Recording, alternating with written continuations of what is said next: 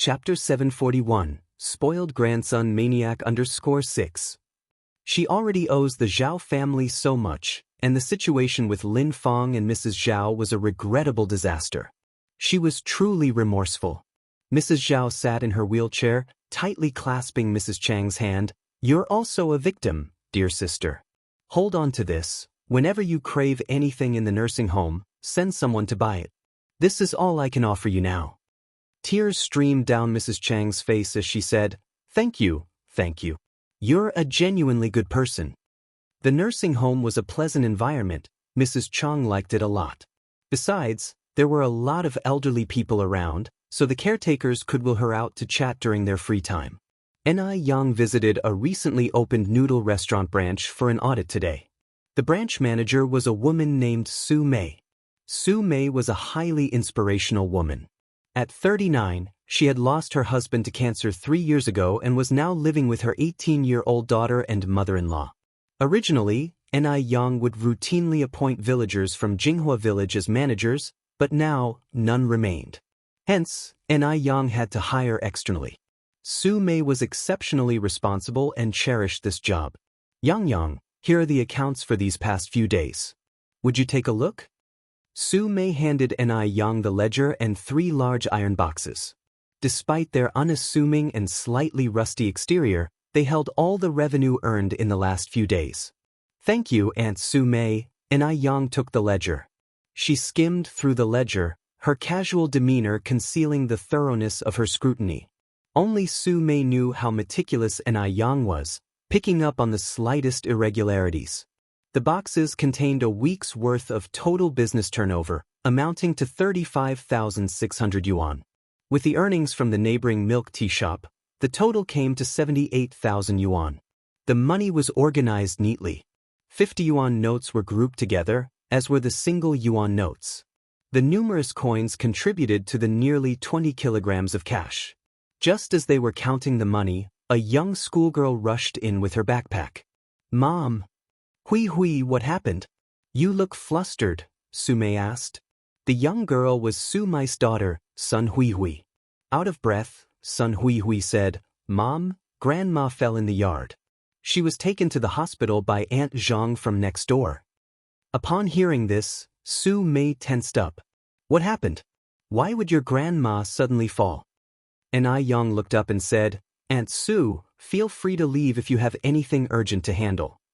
"But the shop is so busy." Su Mei felt a little reluctant. Ni Yang smiled and said, "Don't worry, I'm still here. Hurry up and go. Emergencies shouldn't wait. You know I always want to be a considerate employer." At that moment, Sun Hui looked at Ni Yang and exclaimed, "The school beauty." Ni Yang was taken aback. Sun Hui continued, "My name is Sun Hui. I'm a student in class 6 of grade 3 at San Middle School. Aren't you the school beauty, Ni Yang?" With her striking looks, and having attained the top spot in the transfer student examination, Ni Yang was practically a legend at the school. Ni Yang smiled and replied, "I am Ni Yang, but being called the school beauty is too flattering." "School beauty, do you also work part-time here?" Hui asked. Su Mei said, Yang is the boss here." Presumably surprised, Hui exclaimed, "Oh my God! You're so amazing, school beauty." Although owning a business sometimes had a negative connotation, it wasn't something just anyone could accomplish. Ni Yang continued, Hui, didn't you say that your grandma had a fall and is in the hospital? You and Aunt Su Mei should go and check on her quickly."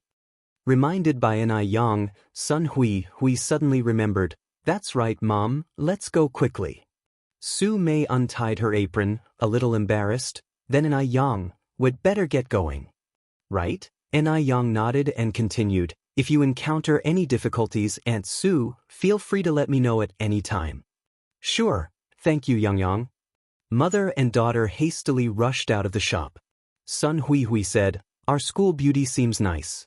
I used to think she was aloof, but it turns out she's very approachable." There wasn't a popular word like cool to describe one's demeanor in those days. Aloof was a fair pre-modern equivalent. Su Mei nodded. "Yes, Yang is a nice person." Upon reaching the hospital, They discovered that Mrs. Sun didn't have any serious injuries. She had just scraped her head, and after a bit of bandaging, she could be discharged.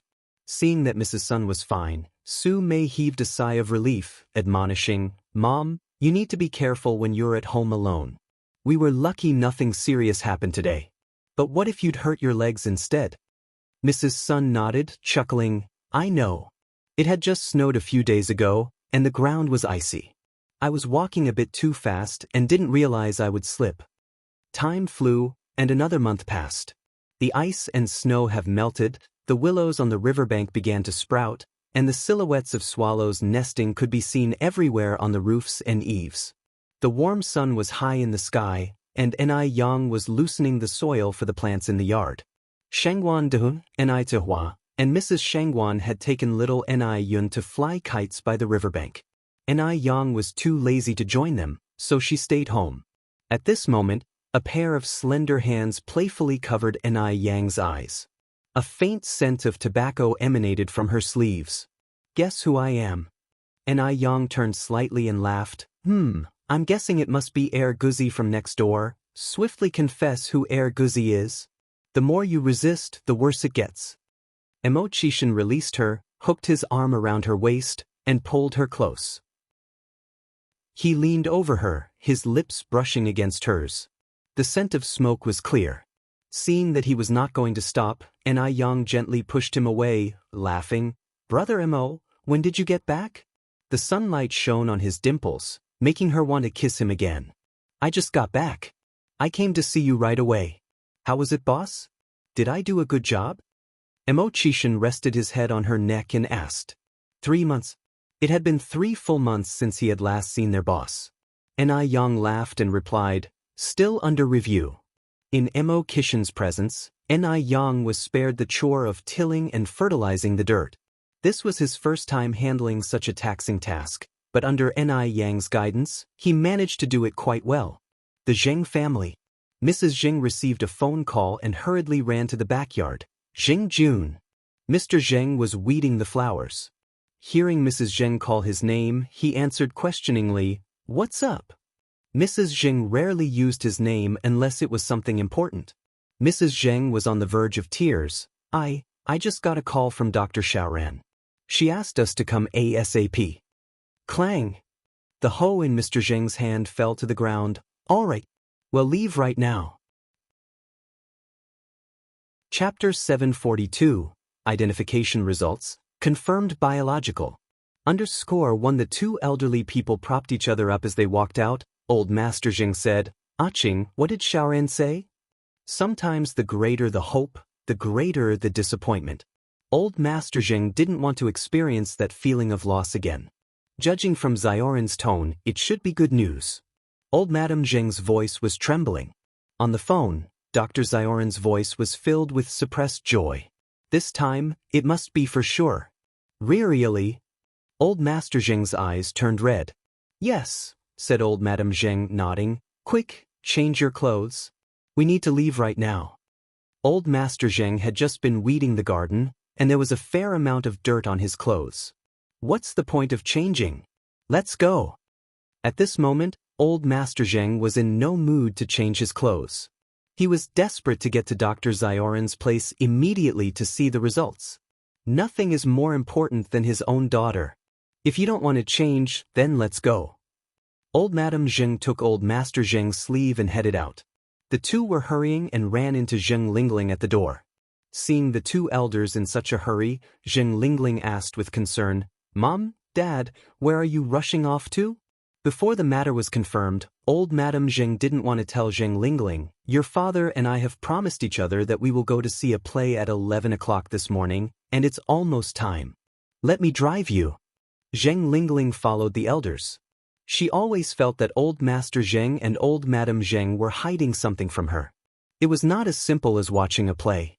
These 2 old farts. Old Madame Zheng and Old Master Zheng got in the car and denied, "Lingling, you stay at home. There are other things to do at home. Your father and I will go first." After speaking, she closed the car door and said to the driver in front, "Xiaolu, let's go." Zheng Lingling looked at the car leaving a trail of dust. There was only dissatisfaction in her eyes. Now, Zheng Lingling could basically conclude that old Madame Zheng and old Master Zheng were not just going out to watch a play. What the hell these two old bastards are hiding from her? Does it have something to do with Zheng Tingting? So many years have passed, Zheng Tingting is still not dead? Zheng Lingling turned and walked towards the villa. Just at this moment, as if she suddenly remembered something, she squinted, turned her head and looked at the maid. "Get Xiaozhang for me, I have to go out." "Yes, madam." The maid nodded. In a little while, Zheng Lingling took a car and arrived at a common residential area.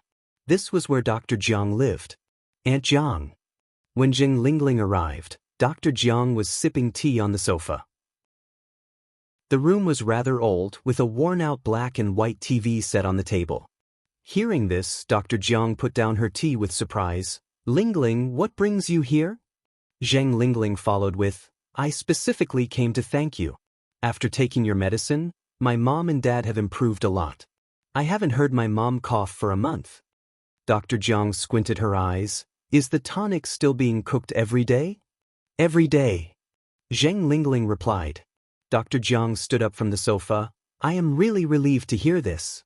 But even though your parents are much better now, they still need the daily tonic." "Okay." Zheng Lingling nodded. Dr. Jiang went to the wooden shelf and picked up a white plastic bottle. "If you keep taking the same medicine, the bacteria in the body will develop immunity. The old medicine won't work for your mother anymore. Replace it with this one." "Okay, thank you, Aunt Jiang." Zheng Lingling took the bottle. Dr. Jiang said, "I and your mother have been old friends for decades, there's no need to thank. By the way, there's one more thing." Zheng Lingling continued. "Tell me." Zheng Lingling glanced out the window, then lowered her voice and whispered something in Dr. Jiang's ear. Hearing this, Dr. Jiang's face changed. "Don't worry, a soldier will block the way and the water will cover the earth." Dr. Jiang continued. "Besides, this is just your speculation. Go home first." Zheng Lingling hesitated for a moment, then nodded. "Wait a moment." Dr. Jiang called out to Zheng Lingling's retreating figure. Zheng Lingling turned around. "What's wrong, Aunt Jiang?" "You wait here for me." After speaking, Dr. Jiang turned around and walked towards the inner room. After a while, Dr. Jiang came out, with an extra bag in her hand. Chapter 743. Identification Result, Confirmed Biological. _2. "What is this?" Zheng Lingling asked, puzzled. Dr. Jiang said, "Spring is coming soon, so this is a sweat that I knitted for Xianxia. She can start wearing it as a coat when the weather warms." Zheng Lingling was taken aback. "Don't you have vertigo?" Dr. Jiang suffered from vertigo that did not affect her daily life. Still, every time she did work that required bending down, her task resulted in unbearable dizziness, with sparkles in her vision. For fine work like knitting a sweater, the sweat and time she put in were many times more than ordinary people. For a time, Zheng Lingling was deeply moved. Dr. Jiang laughed and said, "It's just a sweater, no big deal. I don't even know if Xianxia would like it." Zheng Lingling immediately said, "She will love it. Xianxia will absolutely like it. How could Xianxia not enjoy a hand-knitted sweater like this? Furthermore, it symbolizes Dr. Jiang's goodwill." "That's good." Dr. Jiang continued, "All right, you should go back now."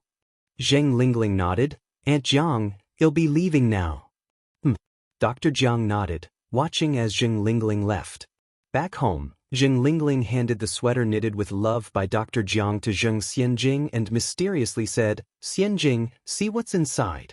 "What is it?" Zheng Xianxia took the bag. "What's the big mystery?"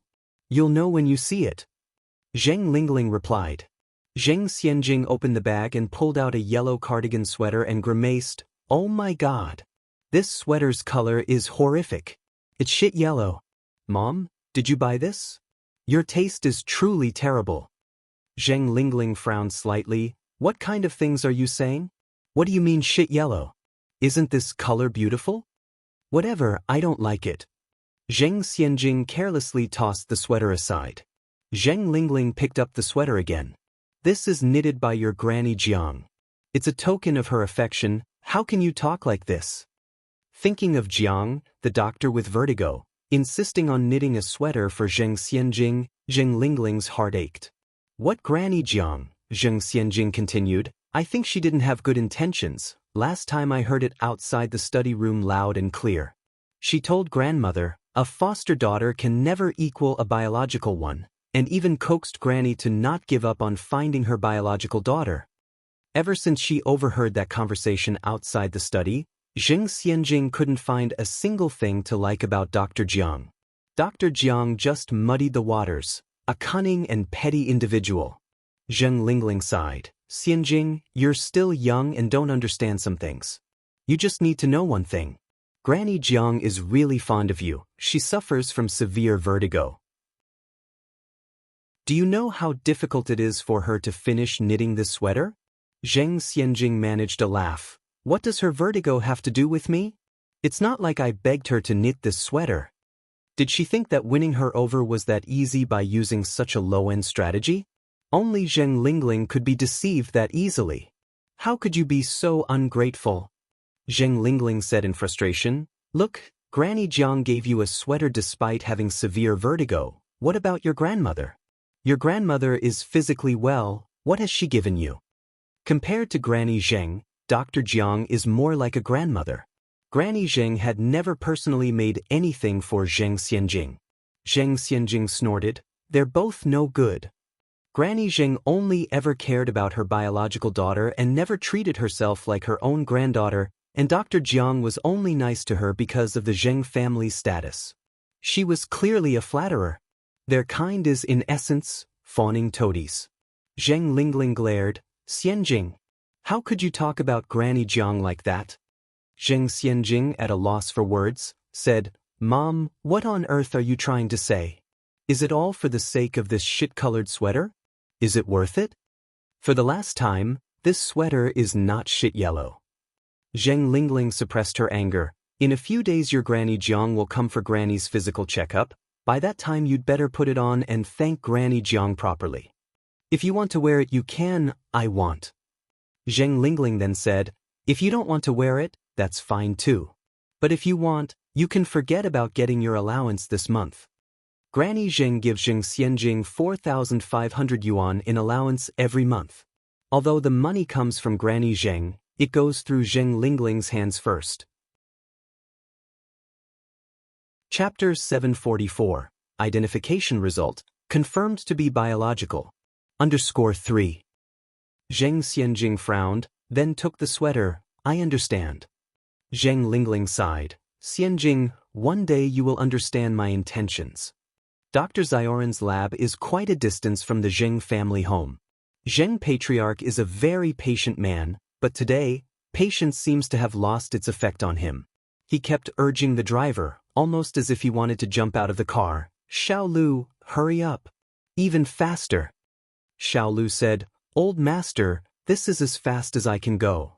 The old man frowned discontentedly. The fastest speed is still so slow. It seems we need to get a new car. Zheng Matriarch was also very anxious.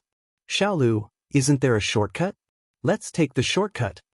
Xiaolu said, Old master, old mistress, please don't worry. This is the fastest I can go. I think we should be able to reach Dr. Zioran's lab in about 10 more minutes. These 10 minutes felt longer than 10 years for the old couple. Finally, the car stopped in front of the lab. The patriarch couldn't wait and hopped out of the car, followed by the matriarch. In his haste, the old man almost tripped over a stone, but Xiaolu was able to lend support just in time. Old master, please be careful. Hearing noises outside, Dr. Xiaoran, dressed in his white lab coat, came out of the lab. Aching, Uncle Zheng, you're here. Xiaoran. The matriarch grabbed hold of Dr. Zioran's hand. Even the usually reticent patriarch asked, Xiaoran, what's the status of the test results? Dr. Zioran's face showed no particular expression. He replied, Aching, Uncle Zheng, please don't worry. Come inside and we'll talk. Seeing Dr. Xiaoran behaving like this, the couple felt a thump in their hearts. Were they going to be disappointed again? Xiaoran, just tell Aching straight up if that girl is my Ting-Ting or not. Tears welled up in the matriarch's eyes. Dr. Xiaoran invited them to sit on the sofa. Aching, would you and Uncle Zheng like a cup of tea? Prepare yourselves mentally, and I'll get the report. Prepare mentally? Could it be that Anai Zuihua really wasn't their daughter? The matriarch's smile quickly vanished, and the patriarch's mood became complex at that moment. They had hoped all along. Why must reality be so cruel? That's why. The patriarch let out a long sigh, covered his face with both hands, his heart filled with sorrow. This kind of discomfort was beyond words. Dr. Xiaoran quickly came back with the DNA test report in hand. Uncle Zheng here. The patriarch was lost in pain, and he didn't have the mood to accept the report. The matriarch took the report with trembling hands. The report was full of professional jargon. She skimmed through it, went straight to the last line. The genes of the examined align with the genetic conditions of the listed parents. The probability of their biological relationship has been calculated to be 9,999% at the bottom. There was a red seal. Confirmed biological. Confirmed biological. The expression on the matriarch's face shifted from infinite sadness to boundless joy. She was as happy at this moment as she was heartbroken when she lost her daughter. Thank God. This couldn't be more wonderful. The matriarch was so overjoyed that she cried, pressing the report to her chest, and started sobbing, Ting Ting. My Ting Ting. Xing Jun. Bullman. We found our Ting Ting. Heaven has shown mercy. The patriarch paused, looking at his wife. What did you say? She's ours. She's our biological Ting Ting. She is our Ting Ting. Look at this. The matriarch was almost babbling with joy. The patriarch reigned in his overwhelming joy and took the report with trembling hands. When he saw the red stamp that said, confirmed biological, tears welled up in his eyes. He had waited so many years. At last, he had found his biological daughter. She was his daughter. He knew his intuition wouldn't be wrong. Aching. Old woman. We have found Ting Ting. We have found Ting Ting. We finally found Ting Ting. The patriarch hugged the matriarch and they both wept together. Dr. Shen, standing nearby, smiled and said, Aching, Uncle Zheng, it's good news that we found Ting Ting. You too should stop crying. Yes, Xiaoran is right, this is good news. We shouldn't cry. The matriarch accepted the handkerchief Dr. Xiaoran offered, wiping away tears from the patriarch's face. Chapter 745. Identification Result. Confirmed Biological. _4. Old Mr. Zheng turned his head obstinately. I'm not crying. Xiaoran, thank you. Old Mistress Zheng looked at Dr. Xiaoran.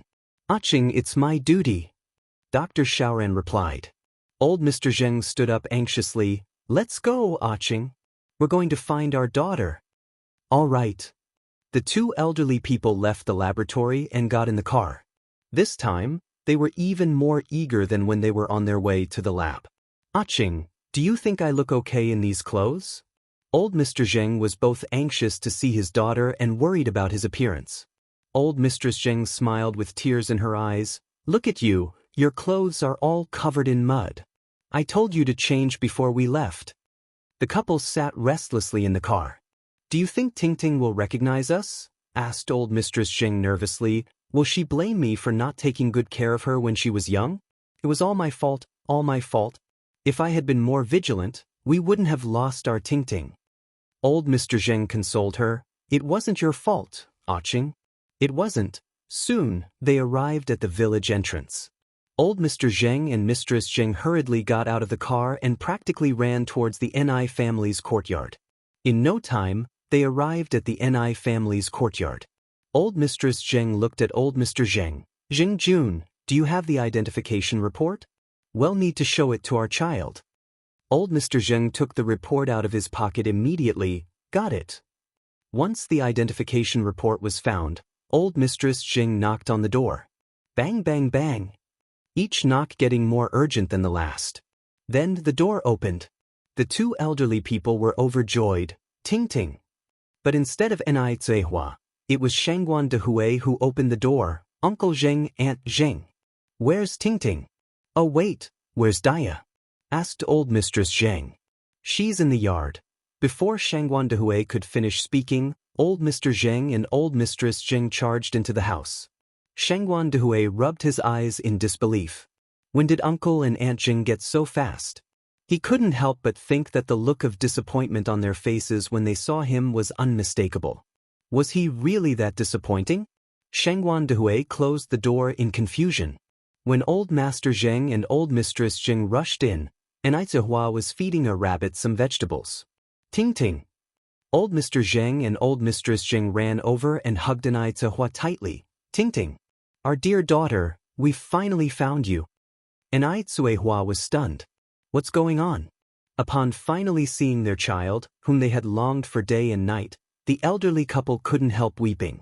Shangguan Dehui was also a bit taken aback, as Anai Zihua had told him about her origins. He didn't expect her biological parents to show up so soon. Uncle Zheng, Aunt Zheng, are you sure you haven't mistaken me for someone else? Anai Zihua wiped away the tears from old Mr. and Mistress Zheng. Although she had long known she wasn't her parents' biological daughter, the idea that old Mr. and Mistress Zheng could be her biological parents was hard to believe. This was too incredible. Shangguan Dehui stepped forward and said, Uncle Zheng, Aunt Zheng, this is not a joking matter. How are you so certain that Daya is your biological daughter? He knew that the Zheng family had lost a daughter many years ago, and he could understand the elder couple's feelings. But if this turns out to be a misunderstanding, then the ones hurt wouldn't just be the elderly couple. Anai Zihua had always been curious to know what her biological parents looked like, and their reasons for abandoning her. Old Mistress Zheng choked back her sobs and said, We didn't mistake her. We didn't. Daya is our daughter. She's Ting Ting. Old man, Zheng Jun, quickly show her the identification report. They have had misunderstandings in the past, which was why old Mistress and Mr. Zheng were so cautious this time, waiting for the identification results before acknowledging their daughter. Old Mr. Zheng handed the report to Shangguan Dehui with trembling hands. Shangguan Dehui took the report and was shocked after reading it. So, Anai Zihua really was the biological daughter of old Mr. and Mistress Zheng. Shangguan Dehui passed the report to Anai Zihua. Daya, Uncle Zheng and Aunt Zheng are your biological parents. Anai Zihua took the report, and as she read the words on it, her eyes filled with tears. Chapter 746, Identification Result, Confirmed Biological. _5. She never dreamed that one day her biological parents would come looking for her in her lifetime. This all felt too surreal. Was she dreaming? My daughter, my poor daughter, I'm sorry. Mrs. Zheng hugged Anai Zihua again. Mr. Zheng stood to the side, wiping his tears. Why did you abandon me? Anai Zihua asked. This is probably the question deep in the hearts of every abandoned child. Why did they abandon her? Since they didn't want her, why did they give birth to her in the first place? Thinking back on her past, Anai Zihua felt an overwhelming sense of injustice. Her adoptive father had sold her cheaply to Mu Jinbao for money. At the Mu family, she had had her fill of life's bitterness. But now, seeing her biological parents, she just wanted to understand why. My child, I'm sorry, I'm terribly sorry, Mrs. Zheng sobbed as she recounted the past. 35 years ago, life was not as prosperous as it is now. The nation was going through a turbulent period, and there was a shortage of talents. Mr. and Mrs. Zheng, due to their unique jobs, had to work 5,000 kilometers away from Beijing. At that time, Zheng Tingting was only 3 years old. The 3-year-old Tingting was very smart. Not only could she count to 100, but she could also recite 300 Tang poems. In her free time, Mrs. Zheng would also teach her English. Despite the tough living conditions in the mountainous region, the family of 3 was very happy. But their happiness was short-lived. One day, while Mrs. Zheng was taking Tingting to the temple fair, she got lost in the crowd. Mrs. Zheng was almost distraught and searched for 3 days and 3 nights without any sleep, but still could not find Tingting. Mr. Zheng would never forget that day.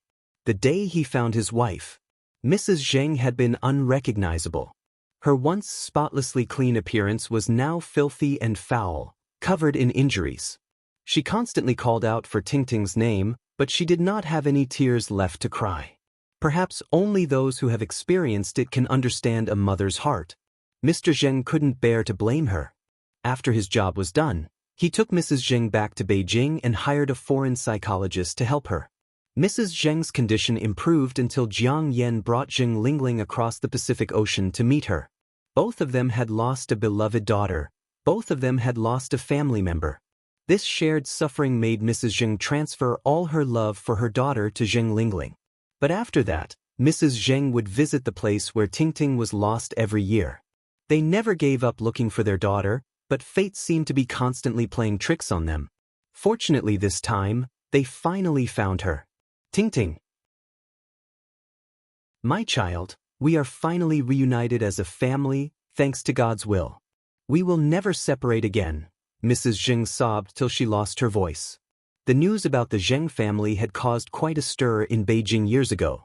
Shangguan Dehui had heard bits and pieces of it. Daya, the situation is indeed as Aunt Zheng described. She did not lie. Upon Shangguan Dehui's confirmation, Anai Hua let go of her doubts, hugged Mr. and Mrs. Zheng tightly and said, "Mom, Dad, Tingting, my daughter." The elderly couple had waited so many years to hear these two words. The words Mom and Dad may seem simple. They consist of only 14 strokes in total. Probably only Mr. and Mrs. Zheng knew how much effort they had put in to hear this call of Mom and Dad. They had been through so many false alarms. After the old couple had slightly calmed down, Shangguan Dehui and Anai Hua guided them to the living room. Mr. and Mrs. Zheng would hardly leave Anai Hua's side for a moment. They both held Anai Hua's hand on either side, as if afraid she would disappear the next second. The elderly couple surrounded Anai Hua and talked to her about many things. Tingting, your full name is Zheng Tingting. Zheng from Zheng ear, and Ting is the Ting from Pingting, graceful. Your dad has 2 younger brothers, your uncles, and also you have an aunt called Zheng Suyu, she lives in our house. Anai Hua felt very strange at this moment. Her surname was originally Zheng, and her previous name was Zheng Tingting. Besides her parents, she had other relatives. Oh yes, Tingting, there's one more important thing I have to tell you. Mrs. Zheng continued. You may speak. Mrs. Zheng was carefully choosing her words, then she said, after you were lost, I adopted a daughter who is 4 years older than you. Her name was Chao Lingrui, but she changed it to Zheng Lingling. Lingling's mom was your aunt, who was my only sister. Your aunt and her husband died in a plane crash, and only Lingling was left. Chapter 747. Identification Result, Confirmed Biological. _6. She was afraid that Anai Hua might take umbrage. After all, she had adopted Zheng Lingling shortly after Anai Hua went missing. Yet after she explained, there were no particular changes on Anai Hua's face. Because to her, Zheng Lingling has also been unfortunate, losing her parents at the age of 7. It was only natural that Zheng's grandmother, the only relative Lingling had in the world, had adopted her. Seeing Anai Hua didn't blame her, Zheng's grandfather and grandmother breathed a sigh of relief. Zheng's grandfather continued, Child, you've heard your mother's story, but we still don't know, how have you lived these years? I've been okay. Everything had happened a long time ago, and Anai Hua didn't want to add to her parents' sadness. Daya had a very hard life. Shangguan Dehui suddenly interjected. When Daya was just a teenager, she was sold by her adoptive father to a family named Mu in a neighboring village. She had a horrible time there. The Mus abused her physically and verbally, blaming her for not delivering a son. They even discarded Daya's 3 newborn daughters, and then, since their marriage, there were hardly any secrets between Anai Hua and Shangguan Dehui. Sometimes only the crying child will get the milk. What's more, these were all things Anai Hua had personally experienced. The situation would seem grossly unfair to Anai Hua if she just casually dismissed that past. Vastly unfair. Zheng's grandfather and grandmother, who had managed to stop crying, broke down again at this point. Tingting, my poor child. We have let you suffer all these years, it's all our fault. All our fault. If only we had found you sooner, you wouldn't have had to suffer like this. We're sorry. We're very sorry. The things that Shengguan Dehui said can be unbearable to hear, enough to make one's hair stand on end. Nobody knew how Enai Zuihua had made it through all those years. Grandpa Zheng and Grandma Zheng felt utterly heartbroken. They were struggling. Enai Zuihua comforting Zheng's grandfather and grandmother. It's okay now. It's all over already, isn't it? The atmosphere in the living room was somewhat heavy. When Enai Yang and Emo Chishan returned from the river with little Enai Yun, this was the sight that greeted them. They all wore coronets made of willow on their heads. Young Xiaoma, you're back. Enai Zuihua wiped the tears from her face. Come here, come. Enai Yang and Emo Chishan exchanged glances, both seeing confusion in each other's eyes. They walked over, holding little Enai Yun. With a hoarse voice, Enai Zuihua said, Young Yunyun, this is your grandfather and grandmother. Technically, Enai Yang should call Zheng's grandmother and grandfather, grandpa and grandma. But since the old couple didn't have a son of their own, according to custom, they should be addressed as grandfather and grandmother. Grandfather, grandmother? What's going on? Enai Yang was confused for a moment. Emo Chishan was also slightly taken aback. Little Enai Yun, however, held her arms open to Zheng's grandfather. Grandpa, hold me. Zheng's grandfather took little Enai Yun with teary eyes. Yun. This was his own granddaughter. His own. Zheng's grandfather was extremely excited. Zheng's grandmother clutched Enai Yang's hand, her voice trembling with emotion. Good child, let grandma take a look at you. No wonder, the first time I saw you, I felt so close to you. Darling, grandfather and grandmother finally found you. The 4 generations of the family held each other in a tight embrace. Their family was finally reunited. Enai Yang had a general idea of what was happening.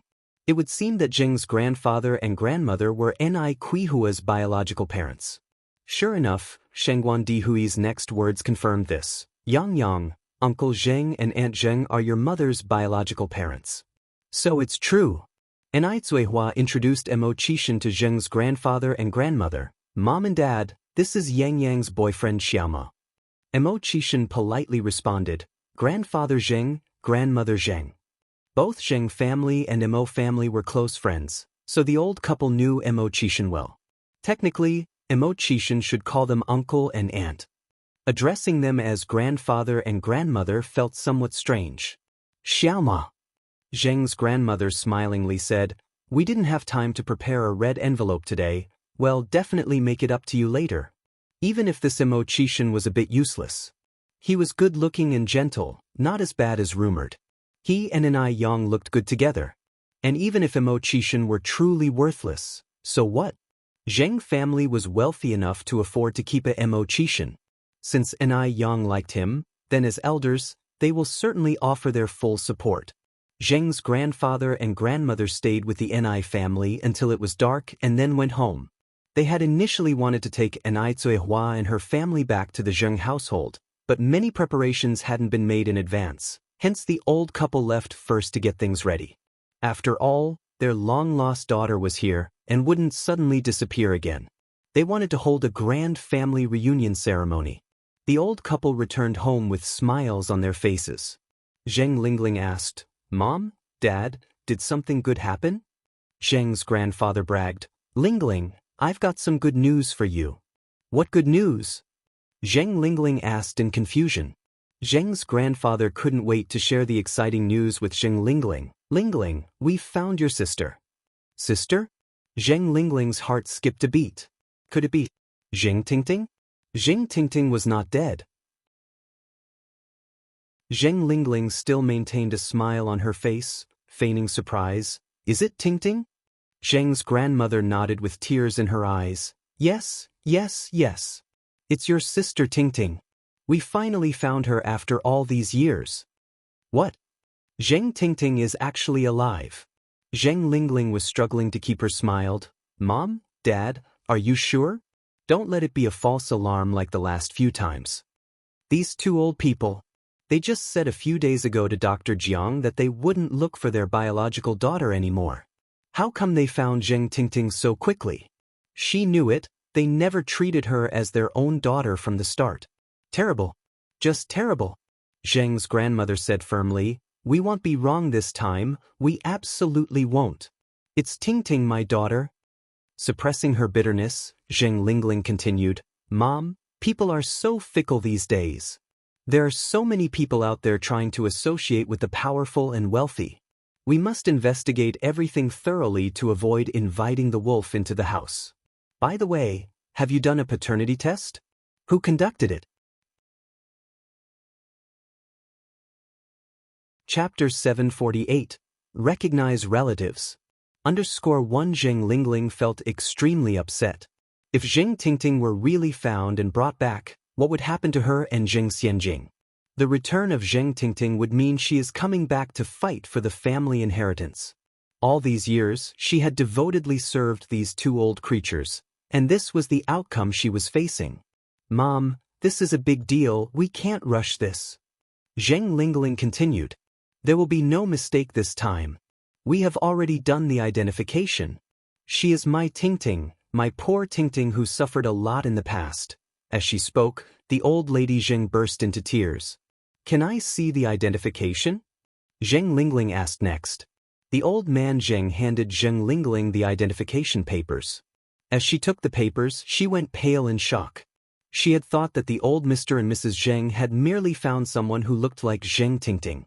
She had never thought that these two old creatures had even got a parent-child identification done.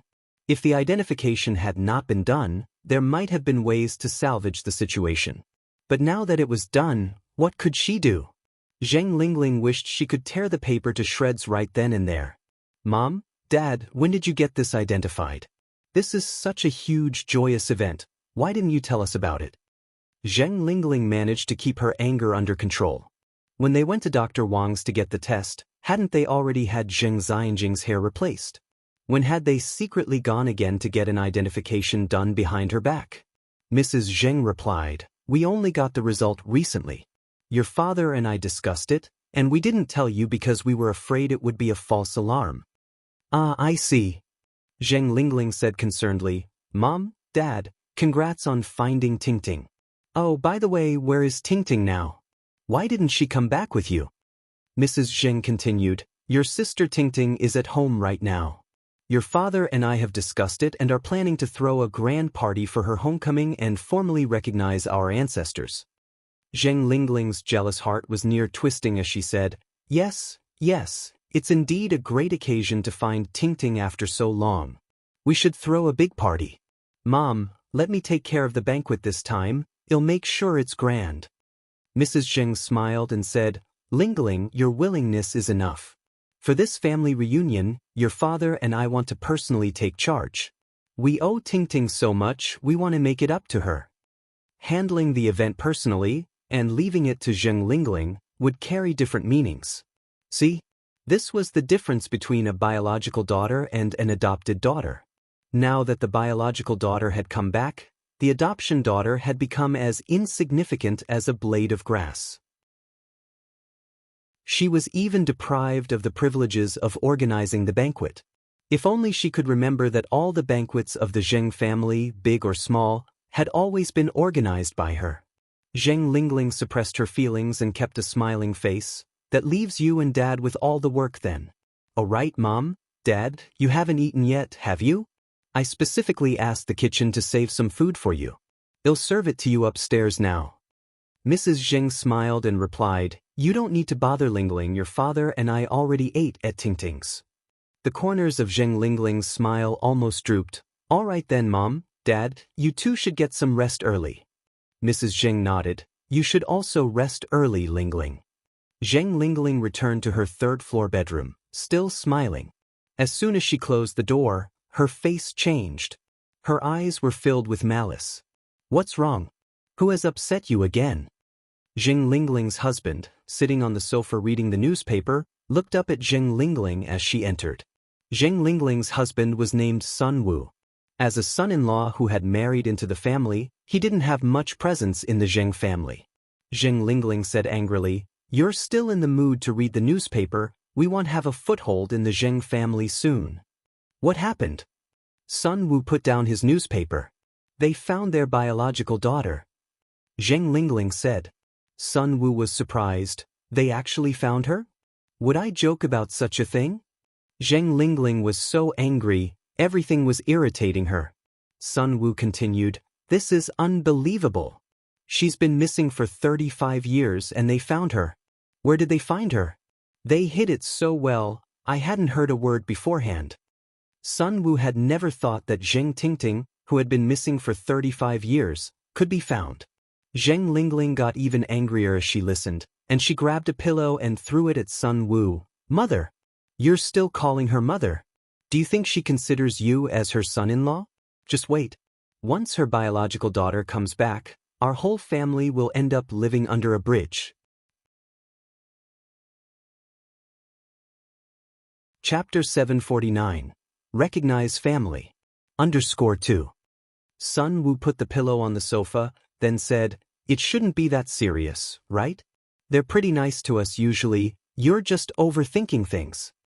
As he finished speaking, Sun Wu continued, by the way, what kind of family was your sister living in before? What's their situation like? I haven't had a chance to ask. Zheng Lingling said then, the only reason those two old folks treated us well before was because they hadn't found their own daughter, and they were counting on us to take care of them in their old age. Now that they've found their biological daughter, who are we to them? At these words, Sun Wu squinted his eyes. From what you're saying, it seems the matter is quite serious. So what should we do now? They wouldn't really throw us out of the house, would they? Logically, a foster daughter wouldn't be as important as a biological one. Zheng Lingling's worries were not without reason. Zheng Lingling stood up from the sofa. No way. I need to find out exactly who Zheng Tingting is right now. She was determined to protect what was hers, and not let anyone take it away. Only by understanding the enemy's situation can we win the next battle. You're going out now? Sun Wu was somewhat surprised. As Zheng Lingling put on her coat and walked out, she said, I might be back very late, you go to sleep first. By the way, make a call to Xianxia's school later and ask her to come back tomorrow. Okay. Sun Wu nodded. Zheng Lingling left in the middle of the night. Upstairs, Grandpa Zheng and Grandma Zheng were discussing how to hold the reunion.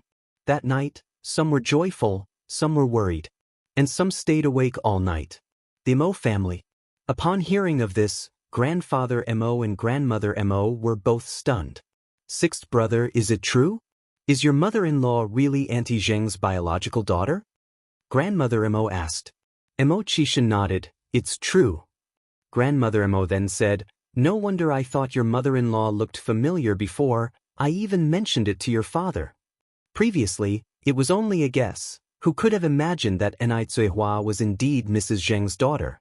After speaking, Grandmother Mo continued, since your mother-in-law is Auntie Zheng's daughter, you can't call her Auntie Zheng anymore, you should call her Grandma like Yang. Grandfather Mo said, with this, our generations have all moved down a notch. With Mo Qishan and Enai Yang together, they and Enai Cuihua became peers, and Grandfather Zheng and Grandmother Zheng were one generation ahead of them. Grandmother Mo chuckled, let the kids call their own, we will call our own. It's not mixed at all. After all these years, Aching has finally found Tingting. It's been a tough journey. Grandmother Mo was genuinely happy for Grandfather Zheng and Grandmother Zheng. She had been sisters with Grandmother Zheng for a lifetime and she knew how hard her life had been. Now, things are starting to turn around. After they finished talking about the Zheng family, Grandmother Mo looked at Mo Qishan and said, sixth brother, you won't leave again after you get back this time, right? Mo Qishan took a sip of tea. Once I finish dealing with Yang's family business, they'll have to take a trip to F country. Going to F country again? Grandmother Mo continued, isn't our China good? Why do you always run to F country? You hardly stay at home all year round, aren't you afraid that your wife will run off with someone else? Mo Qishan laughed. Don't worry, Yang is not that kind of person. Grandmother Mo sighed, sixth brother, in the future just stay at home honestly, don't go anywhere. We may not have many assets, but we can more than afford to keep you. Grandmother Mo was sincerely worried. Mo Qishan was already 29 this year, and still had nothing to his name and a bad reputation to boot.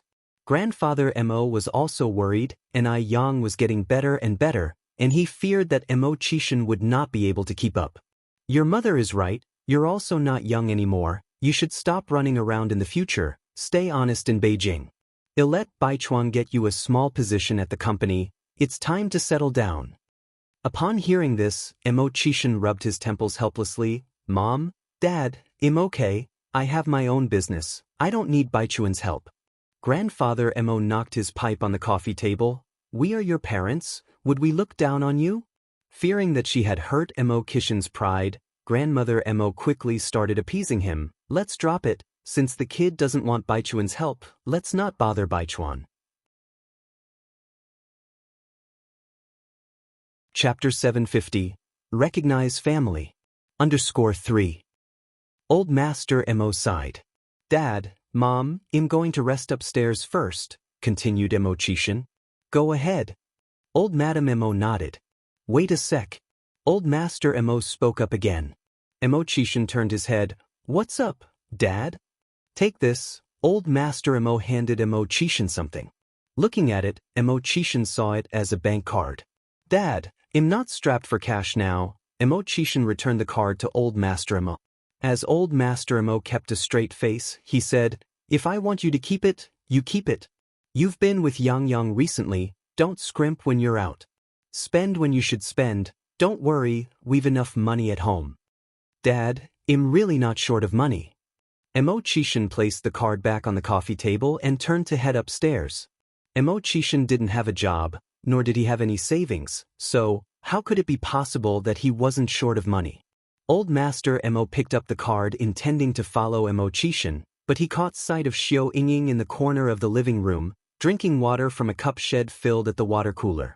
Xiao Yingying had moved into the Mo family home about 4 months ago, and had never left.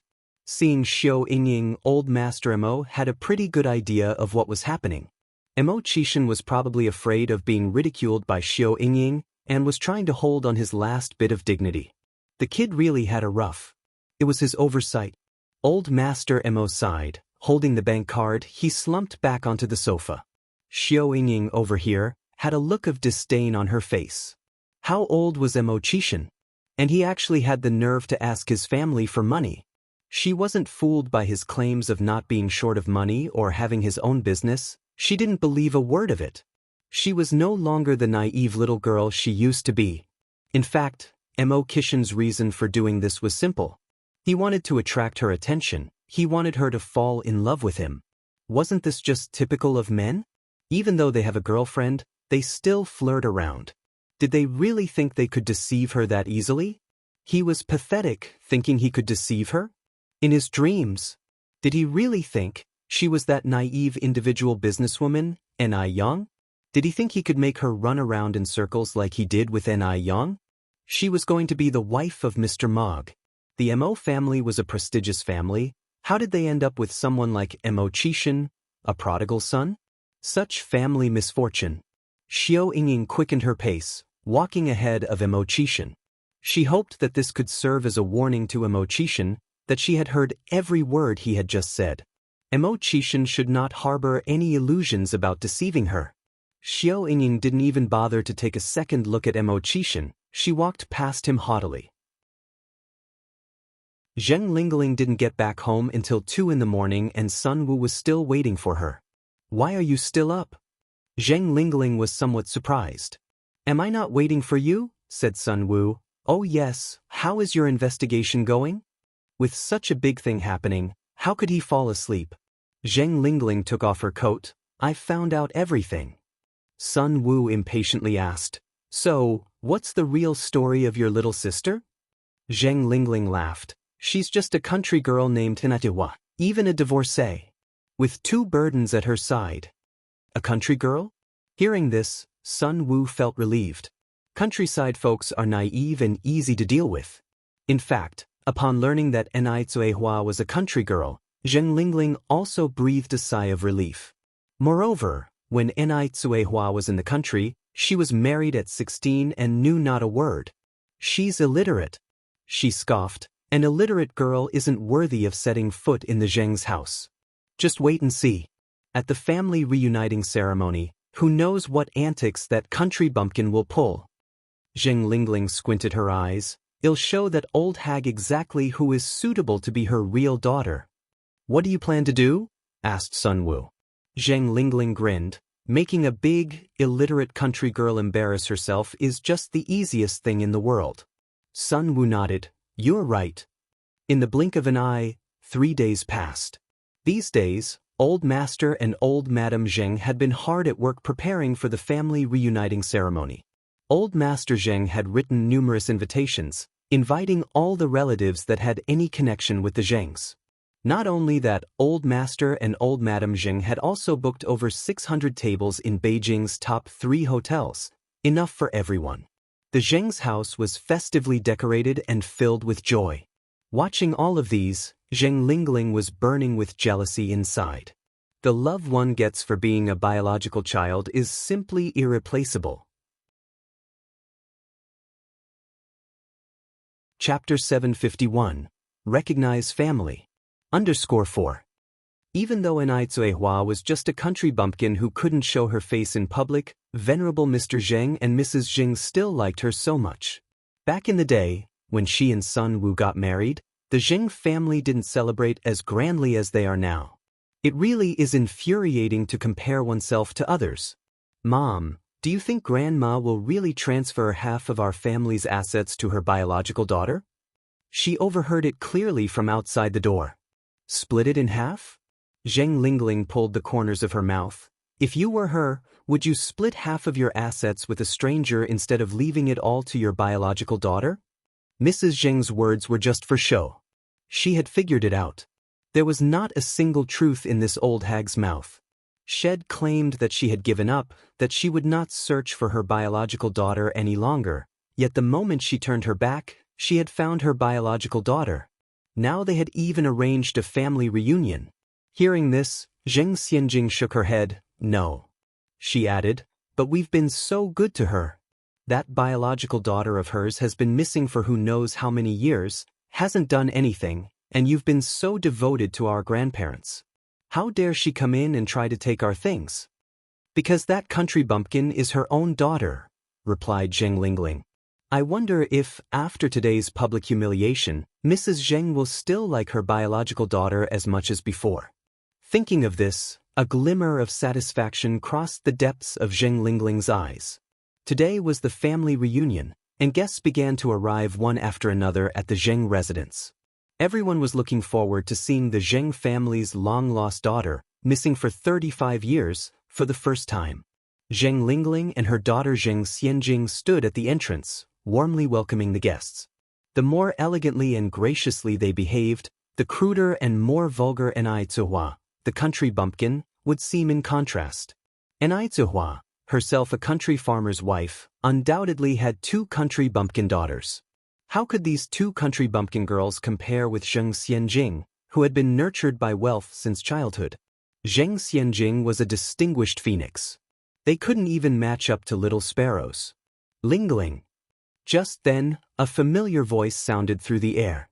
Zheng Lingling looked up and saw that it was the venerable Mr. and Mrs. M. Zheng Lingling greeted politely, just realizing that Mo Qishan had also come. What was Mo Qishan doing here? The Mo family wasn't aiming for Zheng Xianjing, right? Mo Qishan was 29 this year, a suitable age for marriage.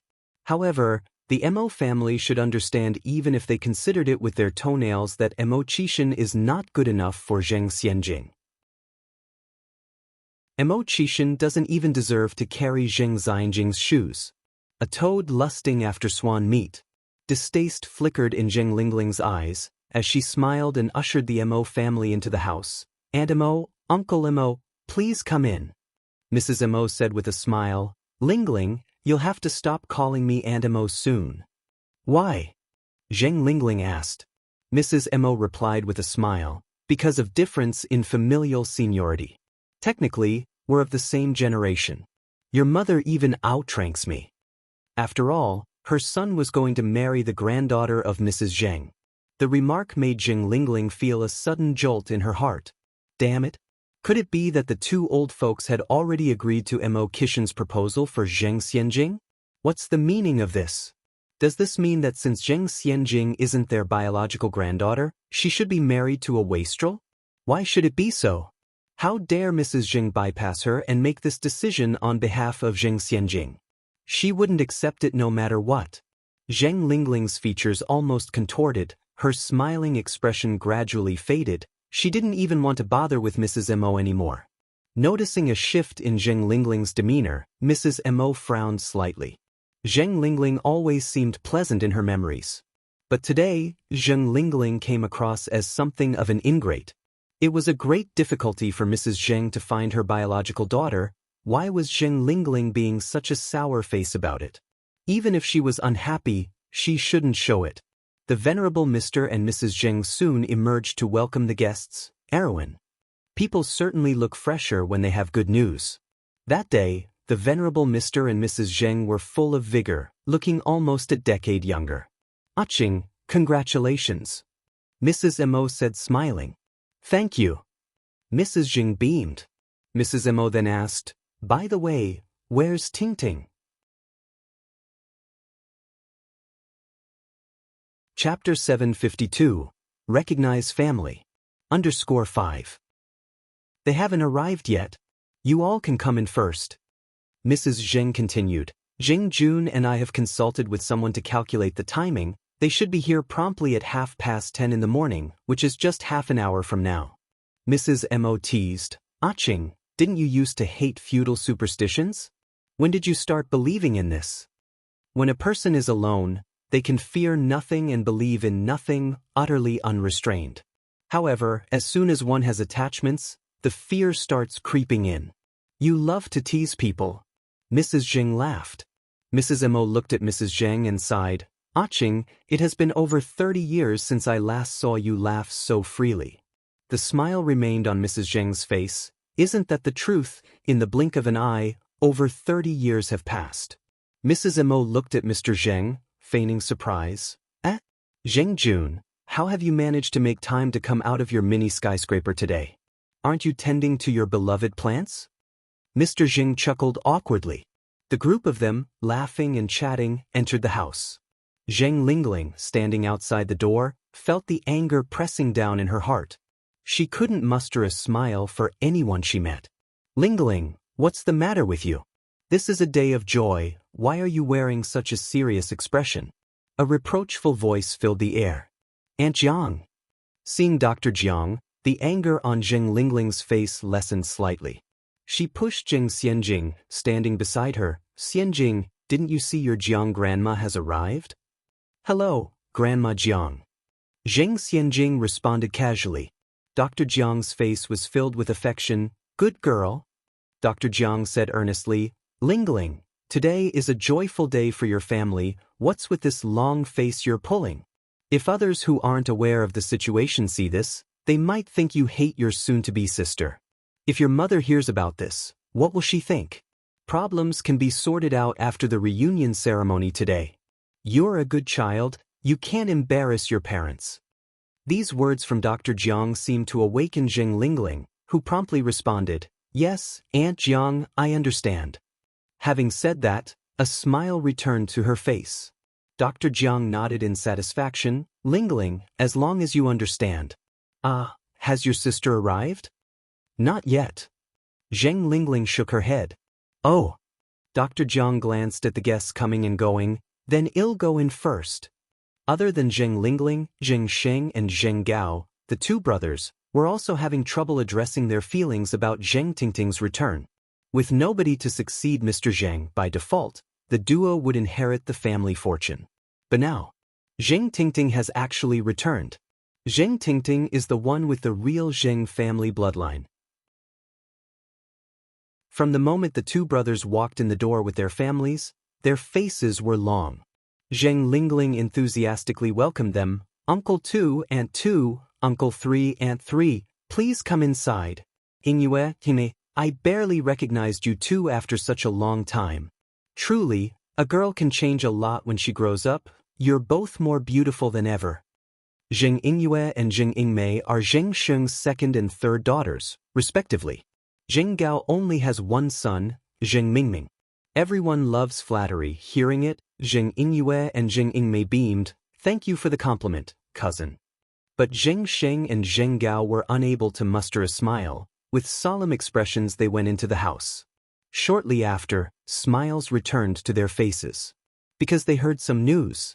This niece they've never met before is a country bumpkin. She can't even read. Even if Mrs. Zheng and Mr. Zheng were to hand her all their assets, she probably won't be able to hold on to them.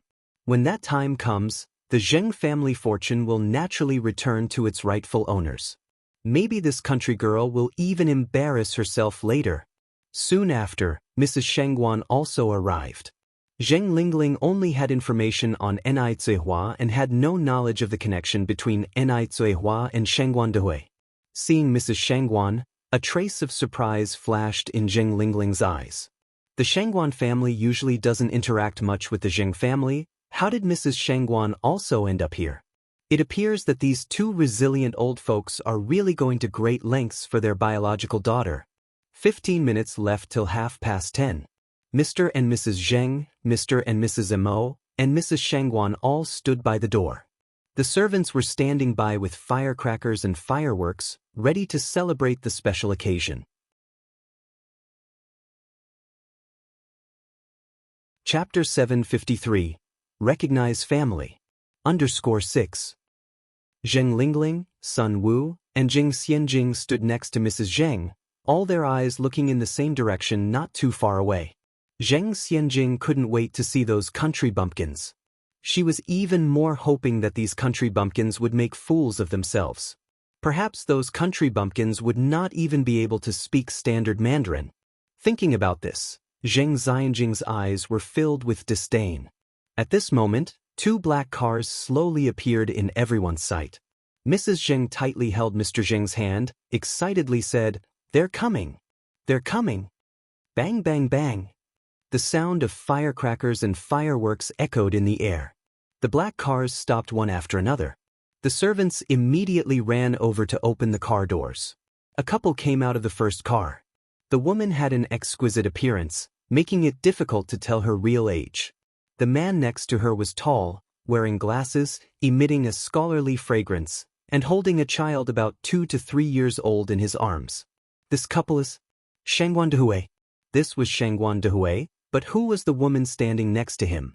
This was clearly the Zheng family's reunion event. What was Shangguan Dehui doing here?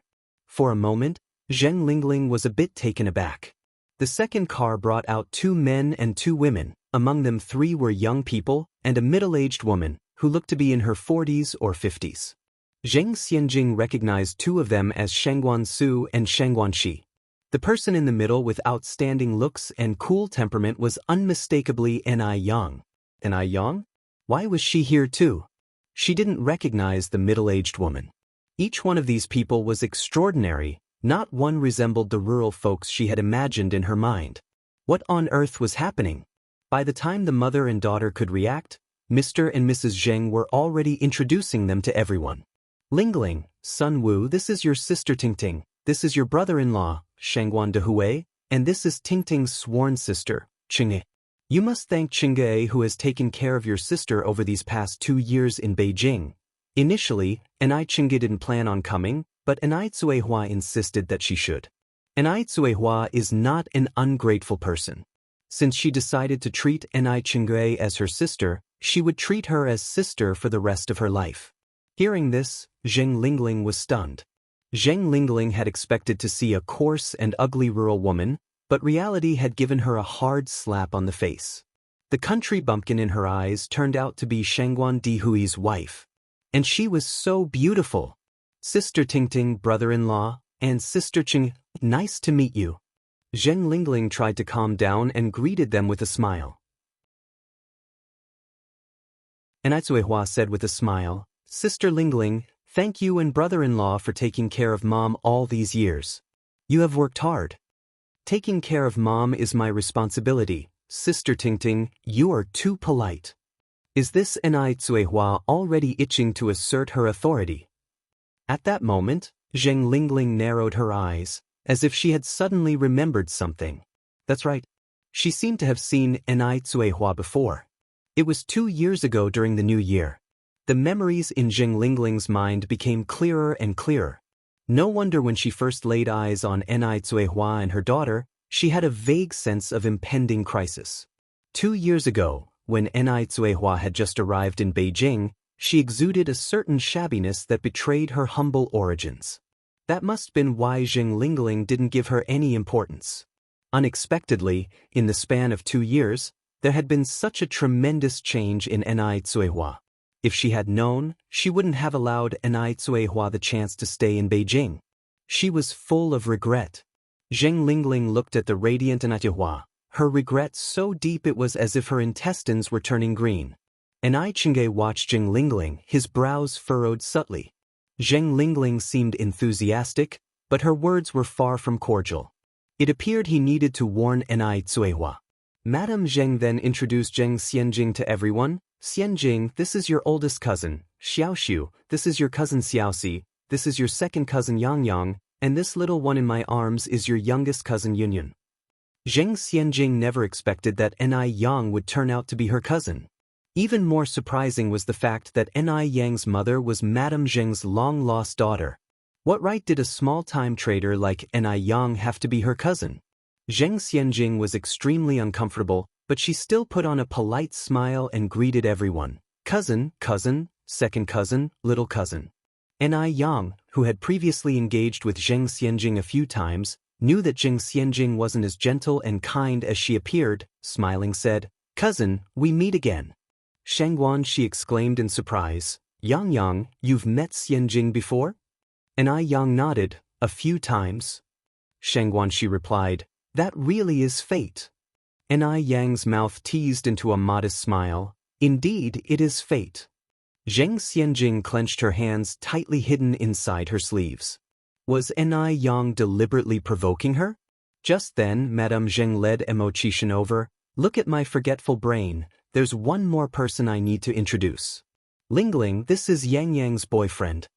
Mo Qishan stood next to Ni Yang, politely greeting everyone. Initially, he and Zheng Lingling were of the same generation, but now he was a generation lower and had to call Zheng Lingling auntie. Upon hearing this, half of the anger that Zheng Lingling had suppressed in her heart instantly vanished. So this useless Mo Qishan was Ni Yang's boyfriend. A broken donkey covered in a straw mat also needs a good saddle, it seems. Hearing this, scorn flashed in Zheng Xianjing's eyes. So what if Ni Yang was beautiful? In the end, Shed still ended up with that useless Mo Qishan. The group then entered the hall. The Zheng family's relatives all gathered around. They were all extremely curious about what Madame Zheng's daughter, who had been missing for over 30 years, looked like. They were especially intrigued upon hearing that Zheng Tingting had grown up in the countryside and was illiterate. Yet, the family before them didn't look like they were from the countryside at all. Ni Yang followed behind Madame Zheng, quickly recognizing all her great-aunts and uncles. When everyone learned that Mo Qishan was Ni Yang's boyfriend, they had complicated expressions in their eyes. But Ni Yang didn't mind at all, and neither did Mo Qishan. "Mom, what are we going to do now?" Zheng Xianjing went to Zheng Lingling's side and asked in a low voice. They were originally waiting to see Ni Zuehua make a fool of herself in front of everyone. But Ni Kuihua's elegance, poise, and outstanding demeanor made it impossible for them to find fault with her. Zheng Lingling patted Zheng Xianjing's hand and reassured her in a whisper, "Even if a bumpkin is wrapped in a bowtie skin, no matter how well she behaves, she is still an illiterate bumpkin inside. Don't worry, the good show is yet to begin."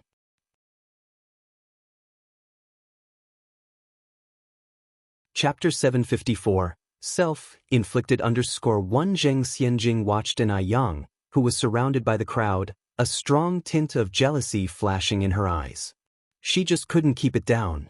Ni Yang was too exceptional. She was merely wearing a plain white cheongsam with a light purple coat draped over it, but she still managed to dazzle everyone. Zheng Xianjing had even heard such comments. The Zheng family's own granddaughter is really different. Even though she grew up in the countryside, her temperament is still so good. Can anyone compare to the real family? Exactly. This legitimate Zheng family's Missy is really beautiful. It seems that the weather in Sijio City is going to change again.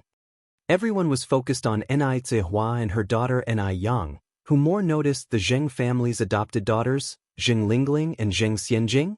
The more Zheng Xianjing listened, the uneasy she felt. It was unbearable. On the first day Ni Yang returned, she stole all her limelight. If this continued, how could she ever have a future in the Zheng family? Despicable woman! Despicable woman! After all, she was the only granddaughter of the Zheng family. Xianjing, don't worry. Zheng Lingling took Zheng Xianjing's hand. Mother won't let them steal what belongs to us. No matter if it's Ni Yang or Ni Zuihua, they are not qualified to compete with you. They are merely stepping stones for you. Yes. Zheng Xianjing nodded, feeling a bit better. Lingling. Dr. Jiang appeared behind Zheng Lingling unknowingly. Aunt Jiang. Zheng Lingling quickly composed herself. Dr. Jiang looked at the vibrant Mrs. Zheng in the distance and asked, "The medicine I gave you last time, have you been giving it to your mother these days?" "I have." Zheng Lingling nodded. "I gave it to her personally." Dr. Jiang smiled and said, "Well, then the medicine is really effective. Your mother seems much better." Zheng Lingling turned her gaze to Mrs. Zheng. Among the crowd, Mrs. Zheng was laughing and chatting with everyone, without even panting. Everyone knew that previously Mrs. Zheng had a persistent cough, which would flare up just from speaking a single sentence. These days, Mrs. Zheng's condition has shown unbelievable improvement. Zheng Lingling's eyes narrowed, yet she still smiled and said, "Thanks to Aunt Jiang's remarkable medical skills. Otherwise, my mother wouldn't have recovered so quickly." Dr. Jiang modestly laughed. Halfway into the banquet, it was time for the dance session. The waltz music flowed gently around the hall. Old Mrs. Zheng smiled and said, "You youngsters go dance. I'm too old to join the fun." Zheng Lingling chuckled as she approached Mrs. Zheng. "Mother, you are wrong. Being the star of tonight, Ting Ting should be the one to dance the opening dance." Ni Zuihua had grown up in the countryside and only married Shangguan Dehui 3 months ago. Asking Ni Zuihua to perform the opening dance was Zheng Lingling's devious plan to make her look foolish. As an uncultured country woman with no place in high society, Ni Zuihua would surely make a spectacle of herself on the dance floor. "Since sister is so kind, we won't refuse." Shangguan Dehui led Ni Zuihua to the center of the dance floor. As the music played, they began to dance. Not only could Ni Zuihua dance, but also she danced very elegantly. One after another, applause echoed around them. Thunderous. Watching Ni Zuihua in disbelief, Zheng Lingling's face twisted almost beyond recognition. She could actually dance. A country woman could actually dance. "Yang, shall we dance too?" Mo Qishan extended his hand towards Ni Yang. "Sure." Ni Yang took off her coat and placed her hand in Mo Qishan's. With beautiful, elegant dancing steps, the graceful waist of hers seemed to be made of willow, boneless and delicate. Such a dance performance, even professional dancers couldn't compare. This beautiful dance, contrasted with the Cheongsam, was unique throughout the city. That woman in the Cheongsam is old Mrs. Zheng's biological granddaughter, right? Yes, it's her. Oh my gosh, she is amazing. She's way prettier than Zheng Xianjing. Listening to these words, Zheng Xianjing squeezed her fists and trembled in rage. Why Ni Yang? Why could she take away all her glory? "Mother, didn't you say we could watch them make a fool of themselves?" Zheng Xianjing approached Zheng Lingling, grinding her teeth as she spoke. Zheng Lingling was also extremely upset, her face alternating between green and white. How was she to know that Ni Zuihua could actually dance? Could it be taught by Shangguan Dehui? Did she just lose what she tried to steal?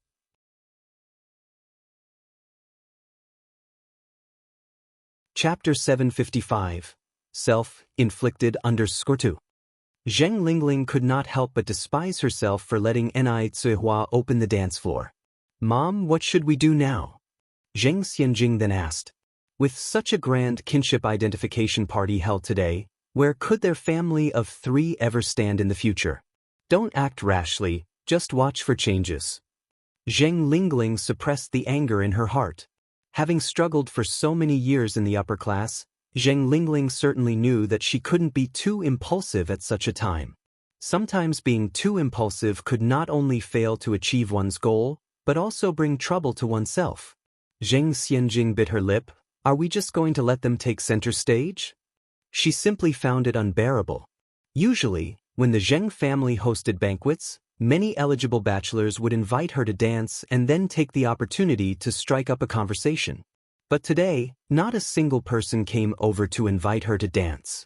Not to mention striking up a conversation. With Ni Yang, the legitimate granddaughter of the Zheng family present, what did she, the daughter of an adopted daughter, amount to? Zheng Xianjing grew increasingly indignant. She wanted to smash the wine glass she was holding. At this moment, Ni Yang passed by her. The person accompanying Ni Yang was a well-known socialite from Beijing.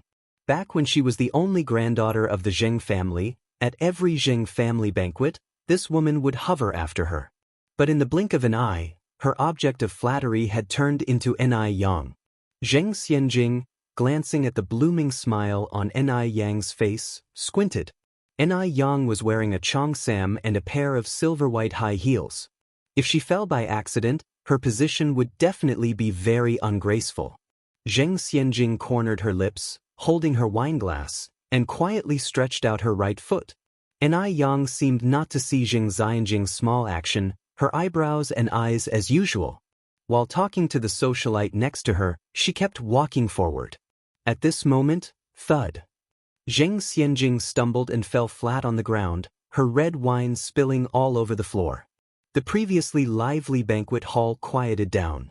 Everyone's eyes were looking in this direction. A banquet was a solemn occasion. Everyone's every word and action were extremely careful. They cared greatly about their image. There was never someone like Zheng Xianjing, who couldn't even walk properly. Who is that person who fell? Today there are those who are pleased and those who are downtrodden. She is the daughter of the Zheng family's adopted daughter. In public, really quite embarrassing. Understand, her heart must be unpleasant right now. It's normal for her to lose her cool. Alas, there really is a difference between one's own and not one's own. The voices of the crowd drilled into Zheng Xianjing's ears incessantly. She lay on the ground, her hands tightly gripping the carpet, her knuckles already turning slightly white. Clearly, the one who should be embarrassed was Ni Yang, so why had she become the one lying on the ground? Just then, a fair and graceful hand stretched out in front of Zheng Xianjing. The nails were neatly trimmed, translucent with a faint hint of pink. They looked very nice. Sister Xianjing, how could you be so careless? Get up quickly. Zheng Xianjing looked up and caught sight of a face as white as jade. It was Ni Yang. The person who had just made her stumble and made a fool of herself was surely Ni Yang. Ni Yang, this little bitch. What was she doing now? Was she demonstrating her power to her? Zheng Xianjing's face turned whiter and whiter as she stared at Ni Yang. Sister Xianjing, what's wrong? Are you not feeling well? A faint smile spread across Ni Yang's face, her eyes shimmering with concern. This stirred up a lot of speculation among the people around them. Zheng's grandmother's attention was quickly drawn to the anomaly here. At this moment, Zheng Xianjing had no choice but to swallow her pride. She handed her hand to Ni Yang. Thank you for your concern, little sister. I'm fine. That's good. Ni Yang helped Zheng Xianjing up, her tone indifferent. Sister Xianjing, be careful when you walk in the future. You were lucky today. If one day you happen to fall onto a chair or wall, you might not be so fortunate. That last line was both a hit and a warning. After finishing speaking, Ni Yang turned around and left. Zheng Xianjing looked up at Ni Yang's retreating figure. She knew that all of this was surely Ni Yang's doing. It was Ni Yang who made her look bad. Xianjing, what was that all about just now? Zheng Lingling walked over from the other side, her eyebrows and eyes filled with reproach. At such an important occasion, how could you lose your poise like that?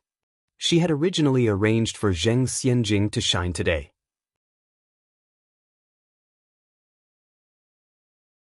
Chapter 756, Self-Inflicted _3. Let everyone see that although Zheng Xianjing isn't of the Zheng family bloodline, she resembles the Zheng family more than the real blood members. Unexpectedly, in the blink of an eye, Zheng Xianjing has been made such a big fool. It's Anai Yang's fault. It's all that little bitch. Zheng Xianjing's eyes turned red in grievance.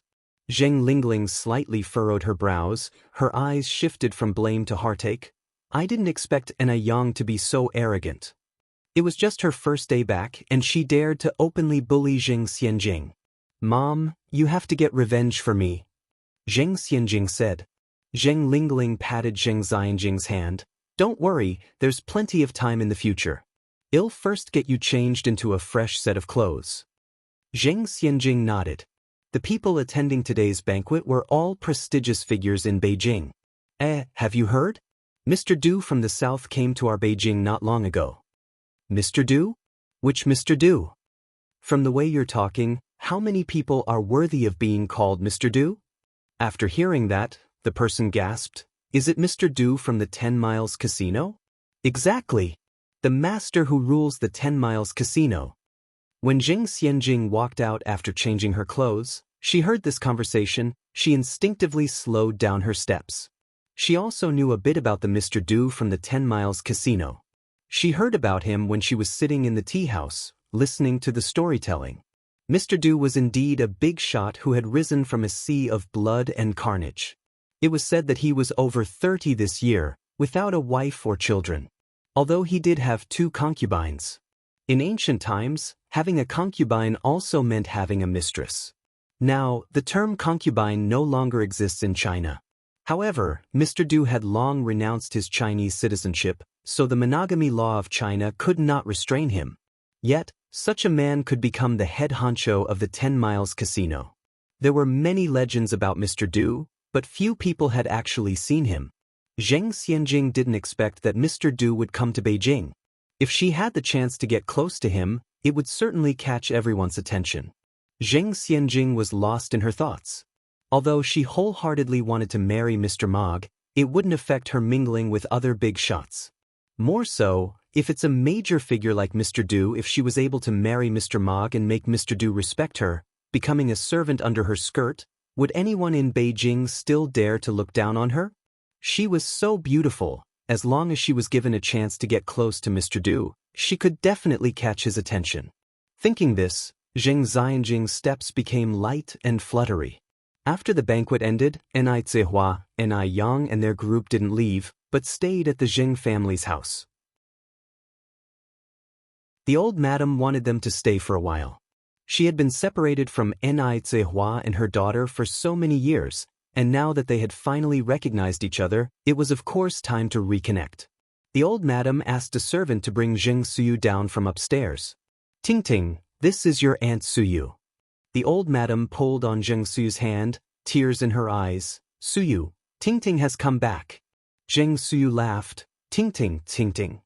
What's up with Aunt?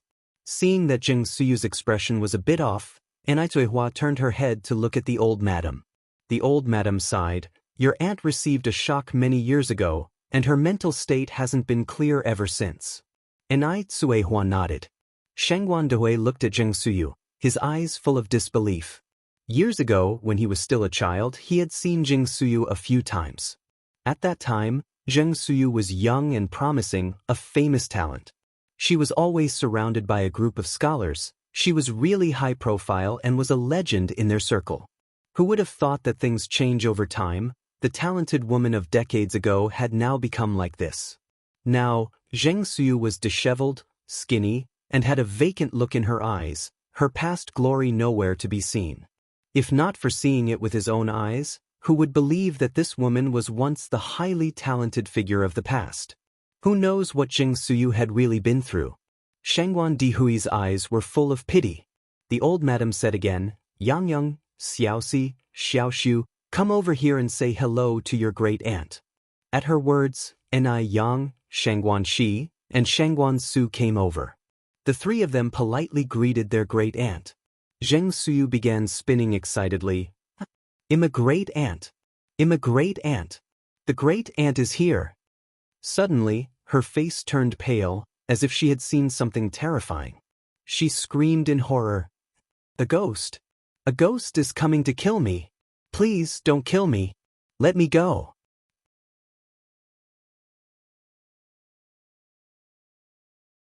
Chapter 757, Self-inflicted_4. Let go of me! Let me go! Xianxia started running around the living room, as if something was really chasing her from behind. The furnishings in the room were knocked about by her, falling to the ground with a clatter. It was Shangguanzai's first time encountering such a patient, and she was so scared that she hid behind Shangguansu. Xianxia in this state was indeed somewhat frightening. Little Ni Yun stopped playing with his toys and ran to Shangguan Dehui, asking him for a hug. Old Mrs. Zheng hurriedly said to a servant, "Mama Wu, quickly bring Suyu's sedative, we don't want her to scare the children." Zheng Suyu's condition would fluctuate, sometimes failing to recognize even her own family during her fits, at times even resorting to violence. This was also why old Mrs. Zheng did not let her attend the banquet today. Mama Wu quickly went upstairs to get the medicine. Zheng Xianjing leaned against the railing on the third floor, watching the scene unfold below with a look of anticipation and excitement. Let the chaos ensue. I hope Xianxia will lose her mind and kill everyone downstairs. Just then, Ni Yang looked up and suddenly made eye contact with Zheng Xianjing upstairs. Their eyes met, hers were bright, yet wild. Zheng Xianjing felt inexplicably flustered and hastily looked away. Ni Yang narrowed her eyes slightly, a thought flickering in the depths. Zheng Xianjing. What was she panicking about? Just then, a pair of hands tightly clamped onto Ni Yang's shoulders, violently shaking her. "You're a ghost. You're a ghost. I'm going to kill you." Everyone in the room was startled by Zheng Suyu's action. However, looking at Ni Yang, there was no trace of panic in her face. She grabbed Zheng Suyu's wrist with one hand, and with the other took a golden needle from her acupuncture bag and gently pricked Zheng Suyu's Laogong acupoint. "Madam, please calm down." The next second, Zheng Suyu indeed quieted down. Ni Yang sat Zheng Suyu down on the sofa and asked, Granny Zheng's illness is acquired, right?" "Right." Old Mrs. Zheng nodded. Old Master Zheng suddenly thought of Ni Yang's impressive medical skills and asked, Yang, do you believe you can help Granny Zheng regain her sanity?" Ni Yang shook her head. In her previous life, she hadn't studied mental illnesses, but she knew for certain that her master would have a solution. Ni Yang squinted, thinking about when she could visit her master. In this life, her senior brother had not met an ill fate, and her master and his wife must be living happily. Old Master Zheng then asked, "So how did you calm Granny Zheng down?" Just a moment ago, Zheng Suyu was terribly agitated, and the next she quieted down. Even with regular medicine, the effect wouldn't be so immediate. Ni Yang held up Zheng Suyu's right hand. This is the Laogong acupoint. Inserting a golden needle into this point has a calming effect. Since ancient times, the Laogong acupoint has been known to medical experts as a crucial point for treating mental and heart diseases. Acupuncture on it could alleviate conditions such as depression, irritability, and nervous breakdowns. The hope in old Master Zheng's eyes dimmed. "So that's how it is." Ni Yang added, "Grandpa, don't worry. Since Granny Zheng's disease is acquired, there must surely be a cure." Old Master Zheng nodded. Just then, Zheng Lingling came down from upstairs, laughing as she said, "Children, I have prepared your rooms. Come with me." Shangguan Shi and Shangguan Su did not originally intend to stay at the Zheng family's house.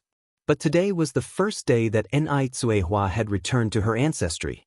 If they didn't stay over even for a night, it might invite unnecessary gossip from outsiders, so they decided to stay.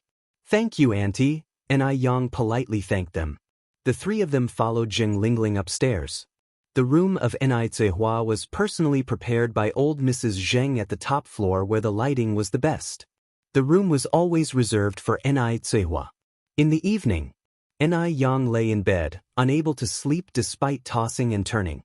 Seemingly peaceful on the surface, the Zheng family concealed a crisis within.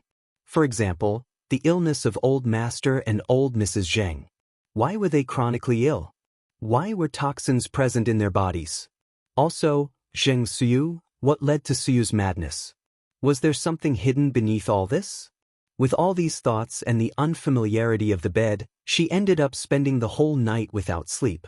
Early the next morning, Yang got out of bed. Although she had not slept well all night, her face did not show the slightest sign of fatigue.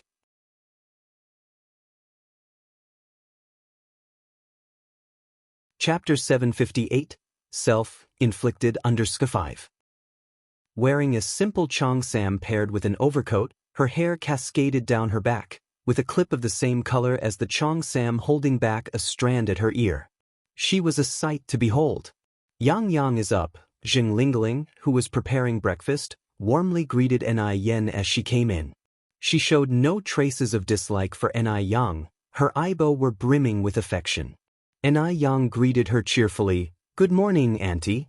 "Good morning," Jing Lingling chuckled. "Not only are you a beauty, but your words are also as sweet as honey.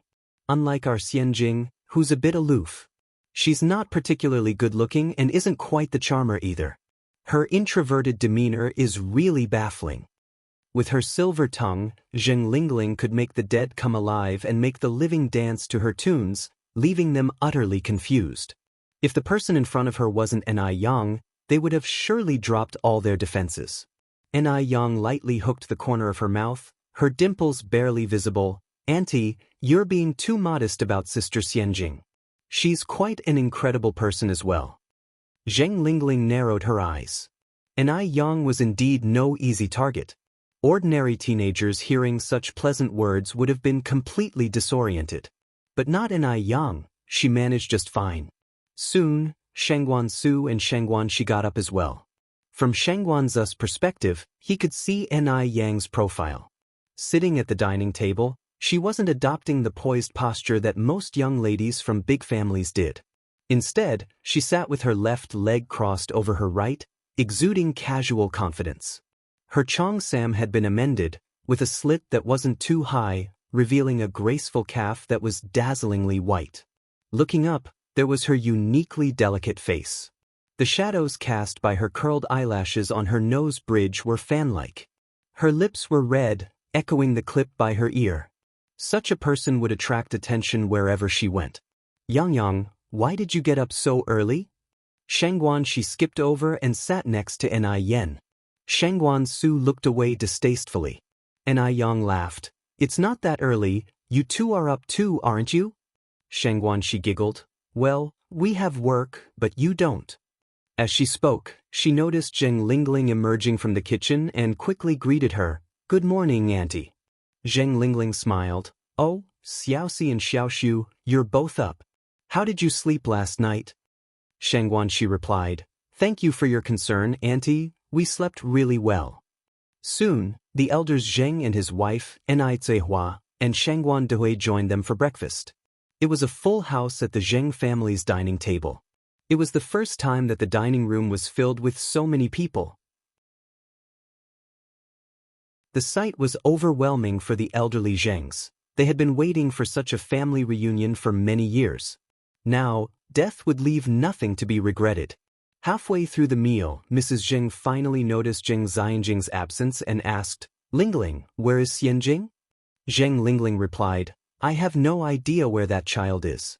She vanished early this morning, probably off somewhere to have fun. Mom, you needn't worry about her." Even though Zheng Lingling was smiling on the outside, inside, she was cursing the old lady. "You old hag, only realizing Zheng Xianjing is missing now? Why couldn't you have waited until everyone finished eating before mentioning it?" Just then, a noise was heard from outside the door. Zheng Lingling looked up to see Zheng Xianjing walk in. With a frown, Zheng Lingling scolded, "Xianjing, where have you been all this time? Didn't you know we were all eating? You have no manners." Zheng Xianjing wasn't alone. She was supporting a smiling Zheng Suyu. Looking a bit wronged, Xianjing replied, "Mother, when I got up this morning, I saw Grandma Suyu sitting alone on the couch. I decided to take her out for a walk. I'm sorry, I didn't mean to be late." Old Mrs. Zheng stood up. "Xianjing, you're a good girl. Quickly bring your grandma over for breakfast." "Lingling, how can you scold the child like this? She was just being filial." Zheng Xianjing had always been kind-hearted and compassionate since she was a child. Zheng Xianjing led Zheng Suyu to sit at the tableside. These days, Zheng Suyu couldn't eat on her own and needed assistance.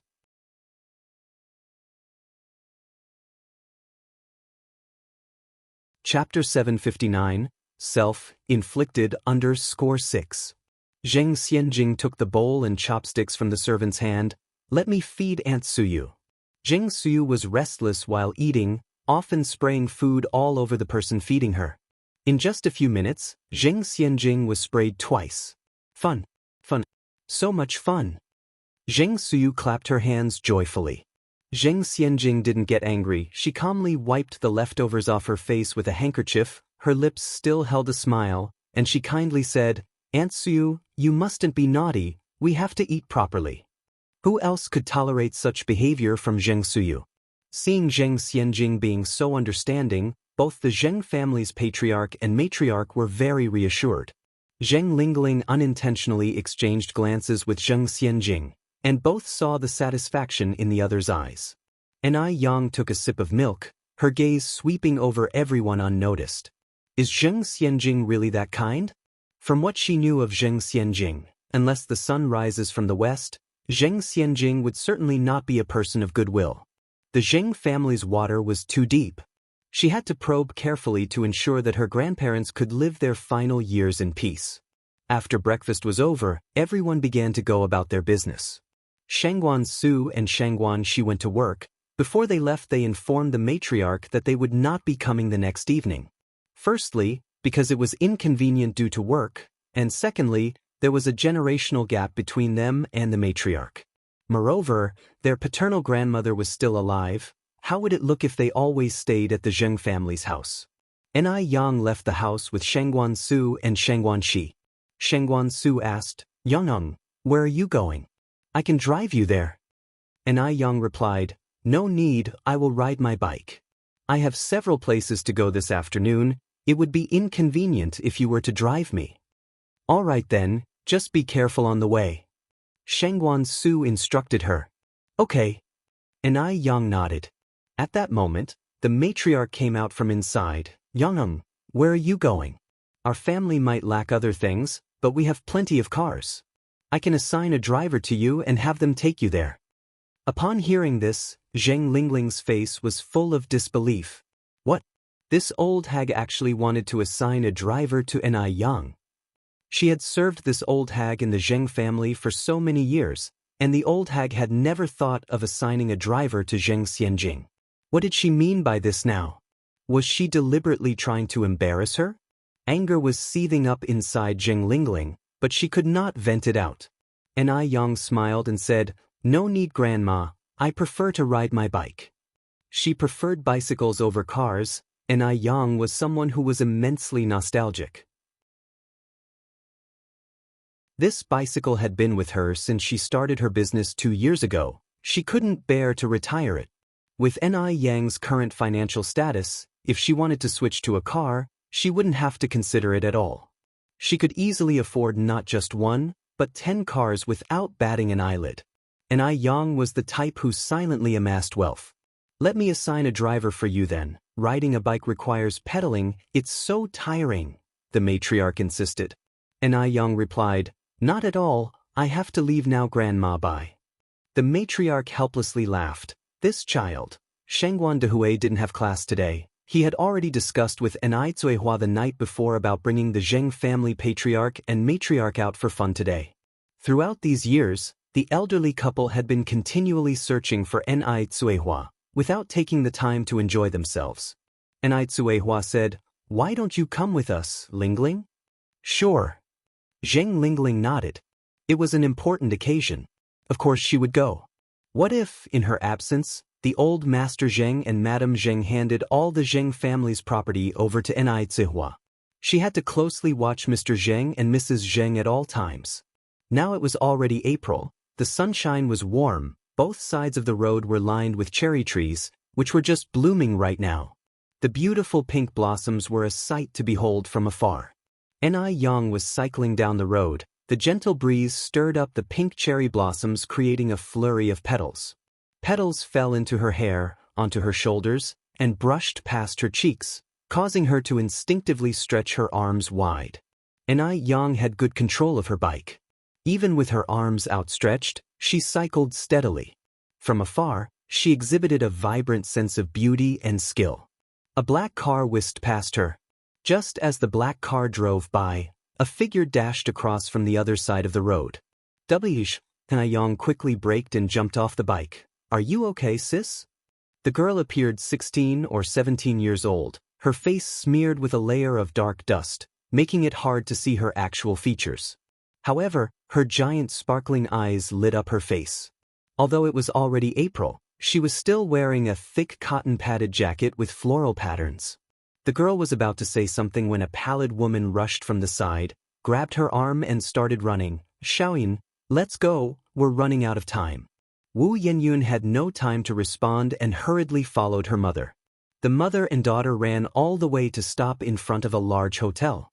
The mother's name was Yen Erju. As she ran, Yen Erju instructed Wu Yenyun, "Xiaoyan, remember to serve yourself plenty of meat and vegetables. Aim for things like roast chicken and pork knuckle. Your grandma hasn't tasted meat for a long time." Wu Yenyun nodded. "Okay, I understand." Starting yesterday, the hotel began offering a buffet service, with an abundance of food. Many who had difficulty getting a good meal or were financially strained would come to eat at this buffet. Not only could they eat their fill, but they could also take some home. The banquet was rumored to have been sponsored by a wealthy family celebrating the return of their long-lost daughter. This indeed was a good deed. Besides this mother and daughter, many others came from afar, making the hotel lobby extremely crowded. Meanwhile in the car, a man who had been calmly reading the newspaper suddenly put it down and looked back. However, due to the high speed of the car, he could no longer see the road behind clearly. "Mr. Du, what are you looking at?" Wang Ziki, the driver, looked back and asked. "Nothing." Mr. Du picked up the newspaper again, asking, "How is the investigation going?" Wang Ziki, of course, knew what Mr. Du was referring to, and replied, "We have some leads now." Mr. Du's expression changed. "When can we get a definitive answer?" He never cared about the process in his work, only the results. "We need to confirm a few more things." Wang Ziki responded. Wang Ziki knew Mr. Du well. If he didn't have any leads by now, Mr. Du would not be sitting back and reading the papers so tranquilly. Mr. Du nodded. "All right, I'm waiting for the results." Wang Ziki continued. "The fourth lady called yesterday." Mr. Du remained silent. Observing Mr. Du's expression, Wang Ziki added, "After you cut off all her funding, she's been living poorly. Often going meal to meal. She brought it upon herself. You don't need to sympathize with people like her." Mr. Du spoke indifferently, clearly unaffected by whatever plight the fourth lady found herself in.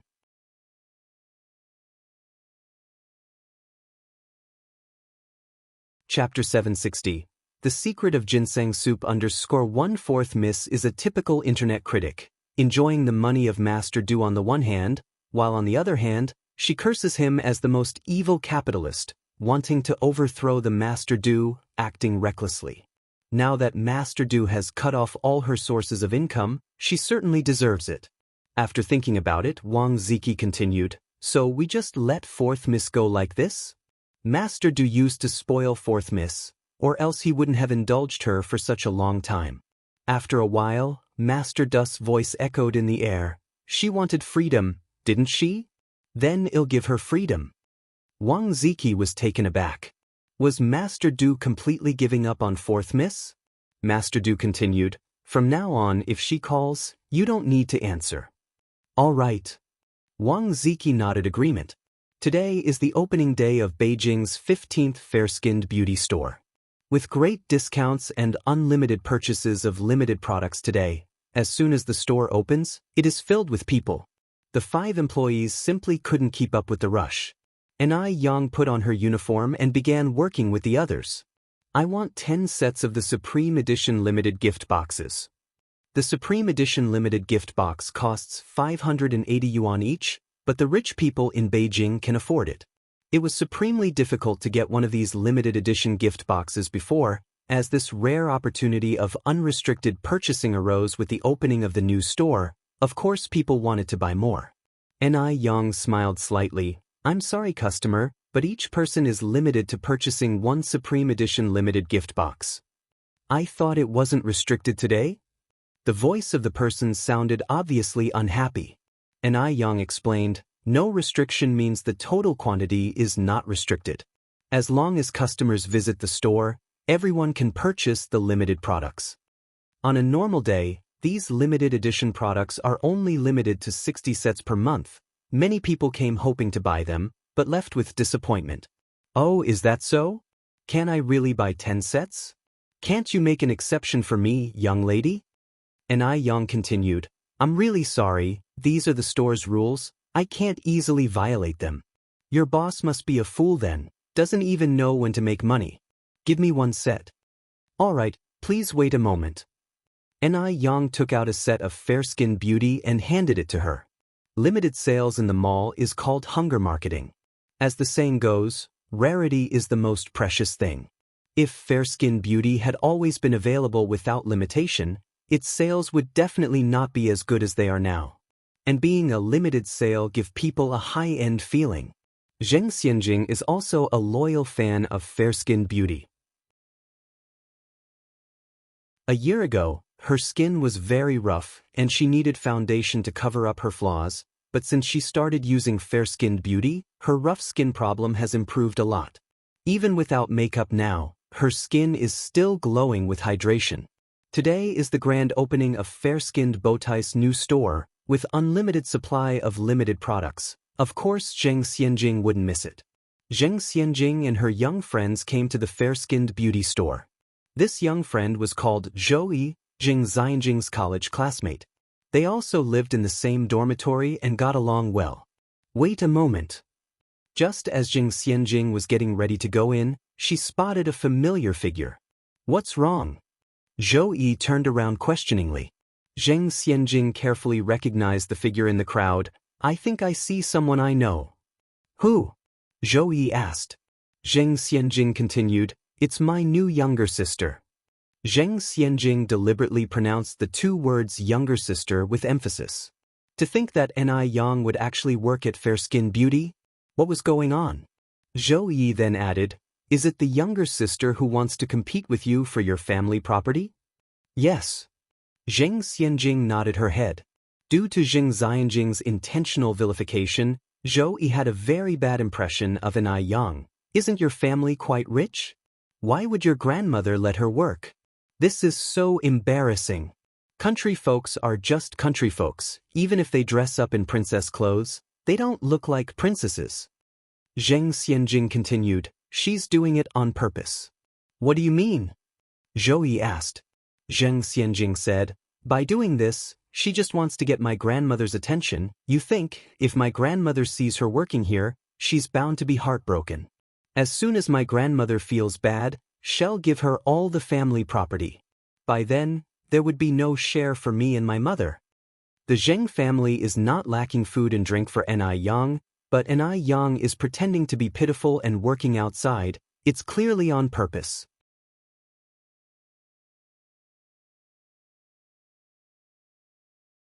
Chapter 761, The Secret of Ginseng Soup _2.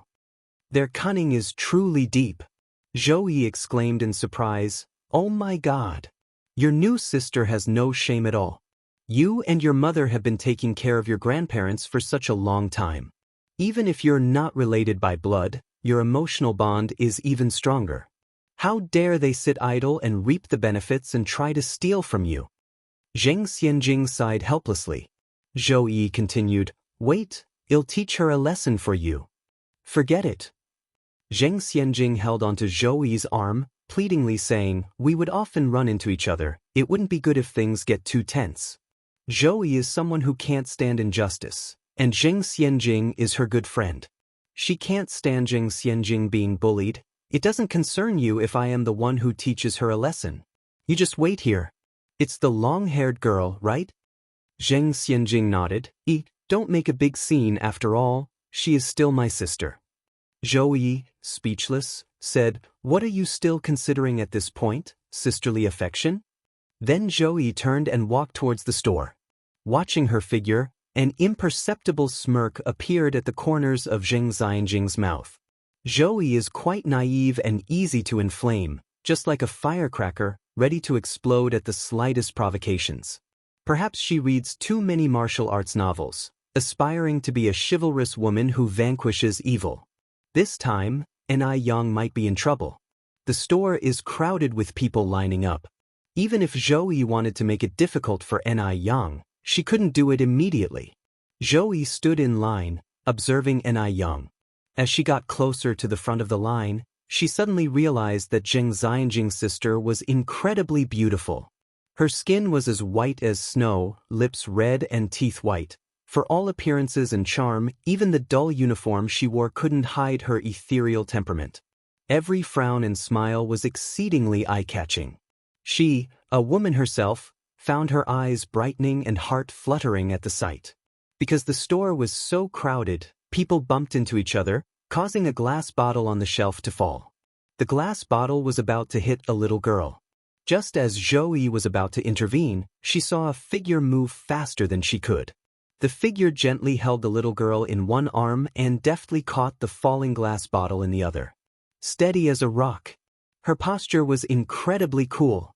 Zhou stood in stunned silence. A heroine. She was precisely the type of heroic woman she imagined in her mind. "Are you okay, little girl?" Ni Yang put back the glass bottle and looked down at the little girl. "I'm fine."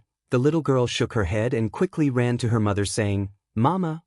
The mother, engrossed in her conversation, had missed the small incident entirely.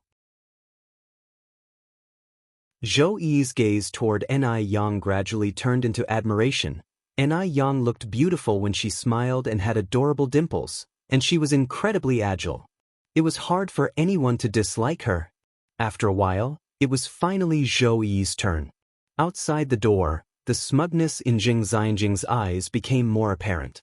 At this point, Zhou, who was earlier planning to give Zheng Xianjing a piece of her mind, had put that thought at the back of her mind. "Excuse me, miss, I need a bottle of whitening cream and wrinkle cream." "All right." Ni Yang nodded lightly. Zhou scratched her head and continued, "Can I ask what your name is?" She was really curious. "Ni Yang."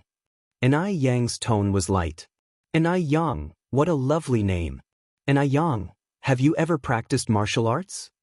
Zhou made a few gestures on the spot. "You were so cool back there."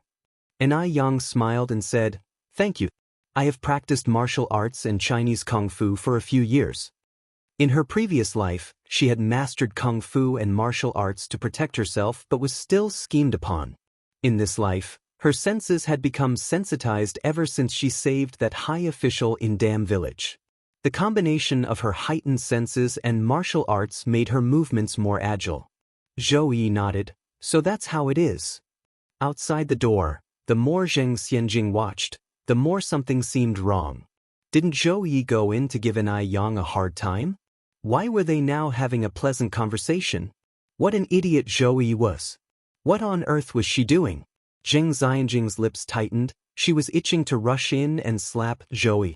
Soon after, Zhou walked back out, smiling broadly. "Xianjing, you must have misunderstood something. I think your new sister is quite nice. She's beautiful, handles things smoothly, and even her voice is pleasant. If I were you, I would be overjoyed to have such a fantastic sister."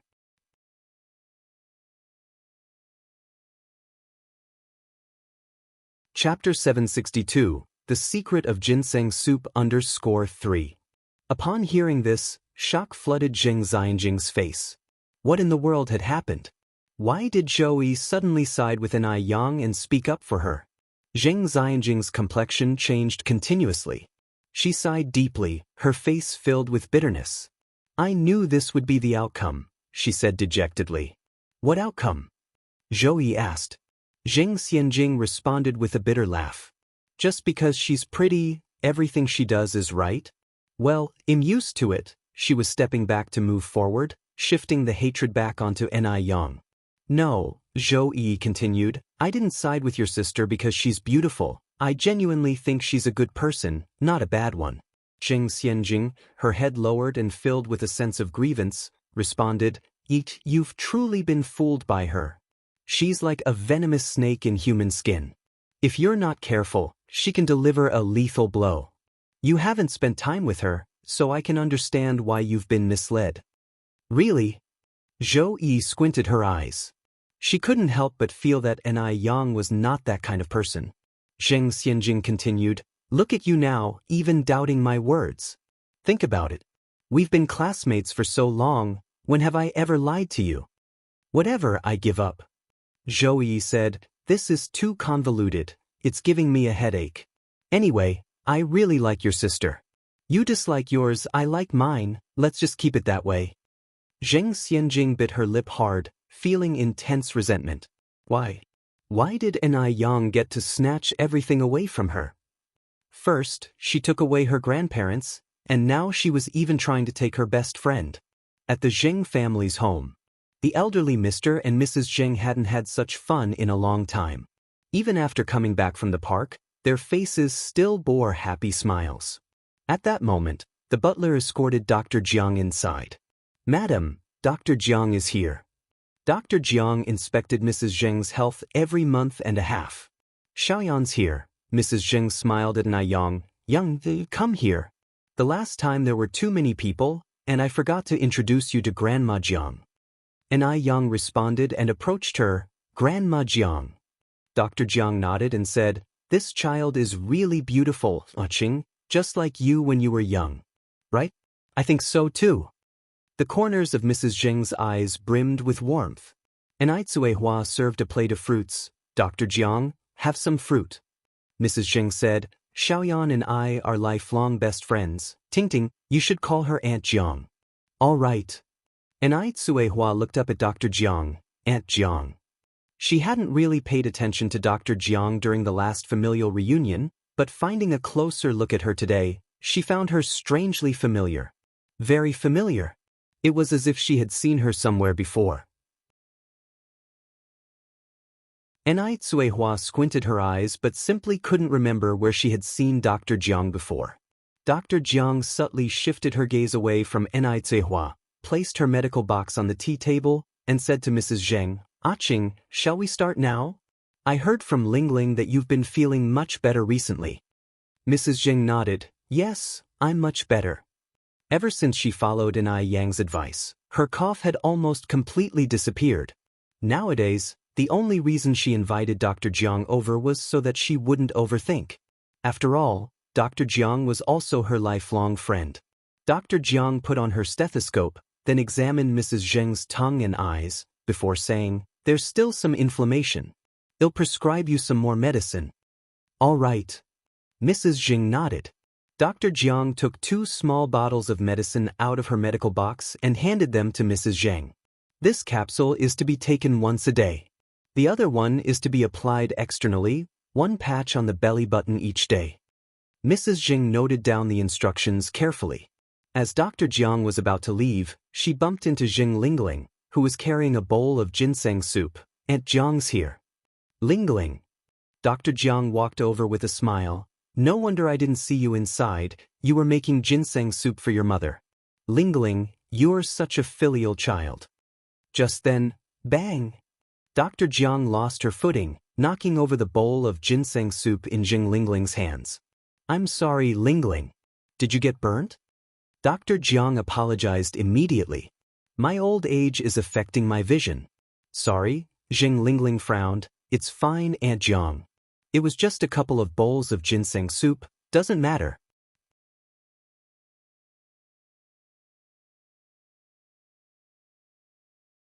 Chapter 763, The Secret of Ginseng Soup _4.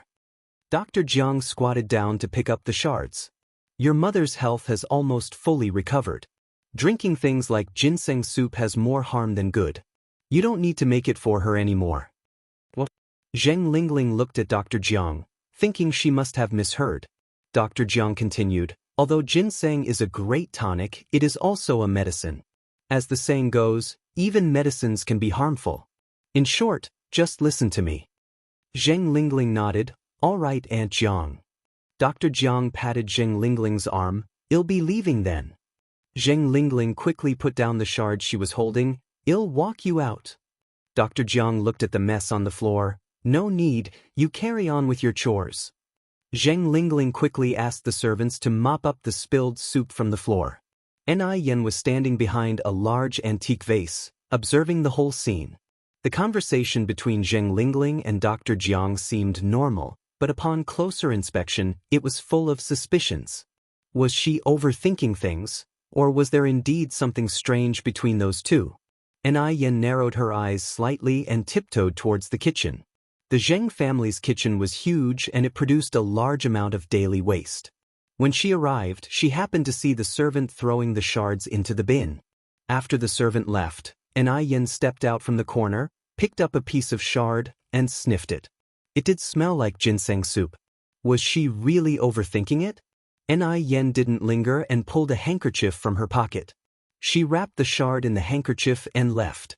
Nobody would think that someone would take away a piece of a broken bowl.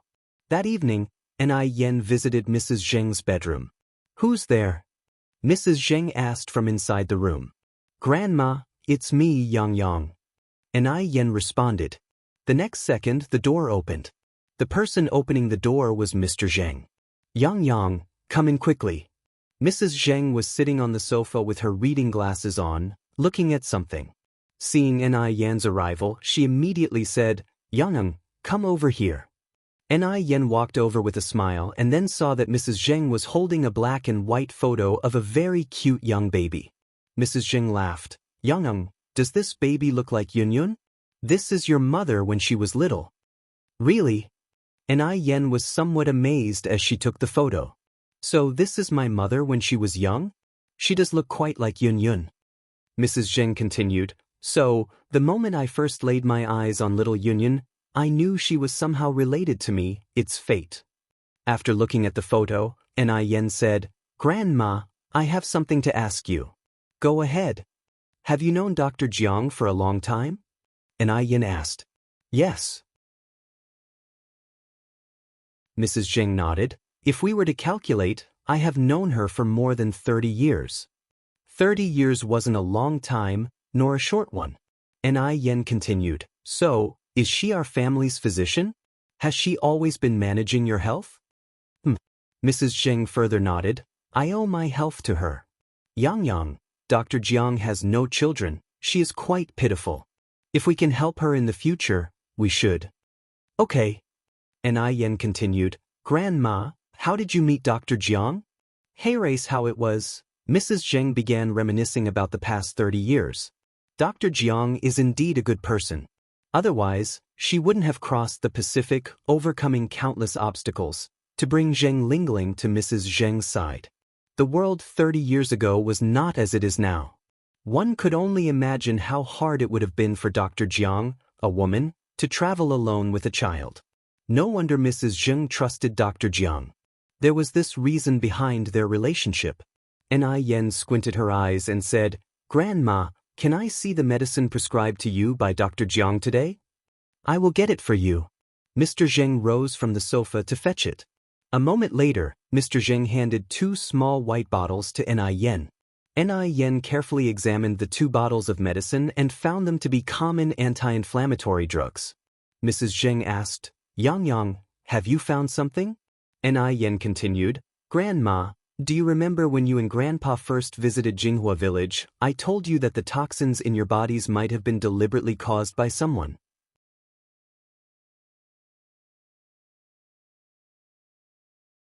Chapter 764, The Secret of Ginseng Soup _5. "I remember." Mrs. Zheng nodded, "but you also said that these toxins could have possibly resulted from food incompatibility."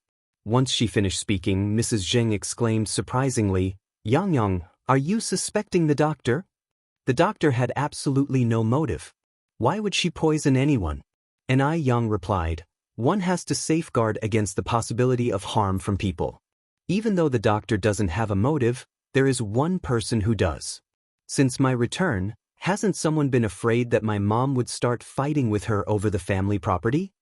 Yang was direct about her thoughts. Although Zheng Lingling hid it very well, she couldn't escape from Yang's eyes. If Zheng Lingling was a good mother, she wouldn't have raised Jing Xianjing to be the way she was. Mrs. Zheng turned pale. Lingling, although she is somewhat greedy, she's not a bad person. Zheng Lingling was brought to her house at the tender age of 7. Mrs. Zheng took care for her with her own hands, and even though she wasn't her birth child, Mrs. Zheng saw no difference. Mrs. Zheng couldn't believe it. She refused to believe that the child she raised single-handedly could do such things. She is Lingling's mother. Can a daughter hurt her mother? I also know what Lingling worries about, which is why I already drafted my will. After I and your grandfather pass away, the Zheng family's property will be split equally between your mom and your aunt. They both know this. They are both my children, so I treat them all equally. Zheng Lingling doesn't need to harm her at all. And Yang continued, Grandma, please don't get agitated, I'm just making a guess. As for the real reason, she would find out the truth and everything would become clear. Grandfather Zheng remained silent as if he was mulling over something. After understanding a few things from Mr. and Mrs. Zheng, Yang returned to her room. On her way back, she passed by Zheng Suyu's room. She heard a burst of noises coming from Zheng Suyu's room. Yang halted, knocking at the door. Auntie, are you okay? The noise in the room seemed to have lowered a bit. Auntie, can you open the door? This time, all noise from the room completely stopped. Yang furrowed her brows. Zheng Suyu wasn't thinking straight. It wouldn't be good if she did something that might hurt herself. Yang gathered her strength and directly twisted the doorknob, entering the room with purpose. Zheng Suyu's room was quite big. There was a small reception area up front, and then there was the main bedroom. Though Yang heard quite a commotion from outside, the room appeared to be in perfect order, completely different from what she had imagined. Auntie! Yang moved forward. Just then, Zheng Lingling walked out from inside. Yang, what brings you here? Your aunt is having an episode. Currently she doesn't recognize anyone. Leave quickly before she hurts you. Aunt Lingling. Yang was slightly taken aback. Let's go out quickly. Zheng Lingling grabbed hold of Yang's wrist. Yang silently shrugged off Zheng Lingling's hand and moved towards the bedroom. Zheng Lingling followed in Yang's footsteps. Yang, be careful. If you end up getting hurt by your aunt, don't blame me for not warning you. Just then, a figure suddenly rushed out from the bedroom. They'll kill you. I want to kill you. Liars. You all are big liars. Yang deftly avoided, extending her hand to hold Zheng Suyu's hand. Auntie, calm down a bit. Kill you. Kill you. There was no chance of Zheng Suyu calming down. Left with no choice, Yang had to prick her needle at the Laogong acupoint once more. Only then Zheng Suyu quieted down. But even after she quieted down, Zheng Suyu was seemingly incapable of thinking, her pair of eyes dulled and lifeless. There's an injury on her forehead. What happened? Yang asked. Zheng Lingling replied, when your aunt has an episode, she not only hits others but also hurts herself. It's not just her forehead, there are wounds at other places too. As she spoke, Zheng Lingling rolled up Zheng Suyu's sleeve, revealing that Zheng Suyu's arm was entirely covered in wounds. These were all done by your aunt herself. Just then, Zheng Suyu instantly retracted her hand and hugged Yang tightly, crying, Sister-in-law, it hurts. Suyu hurt so bad. There are ghosts want to harm Suyu. Yang was stunned. Did Zheng Suyu mistake her for Mrs. Zheng? Auntie, don't cry, would you like me to treat your injuries?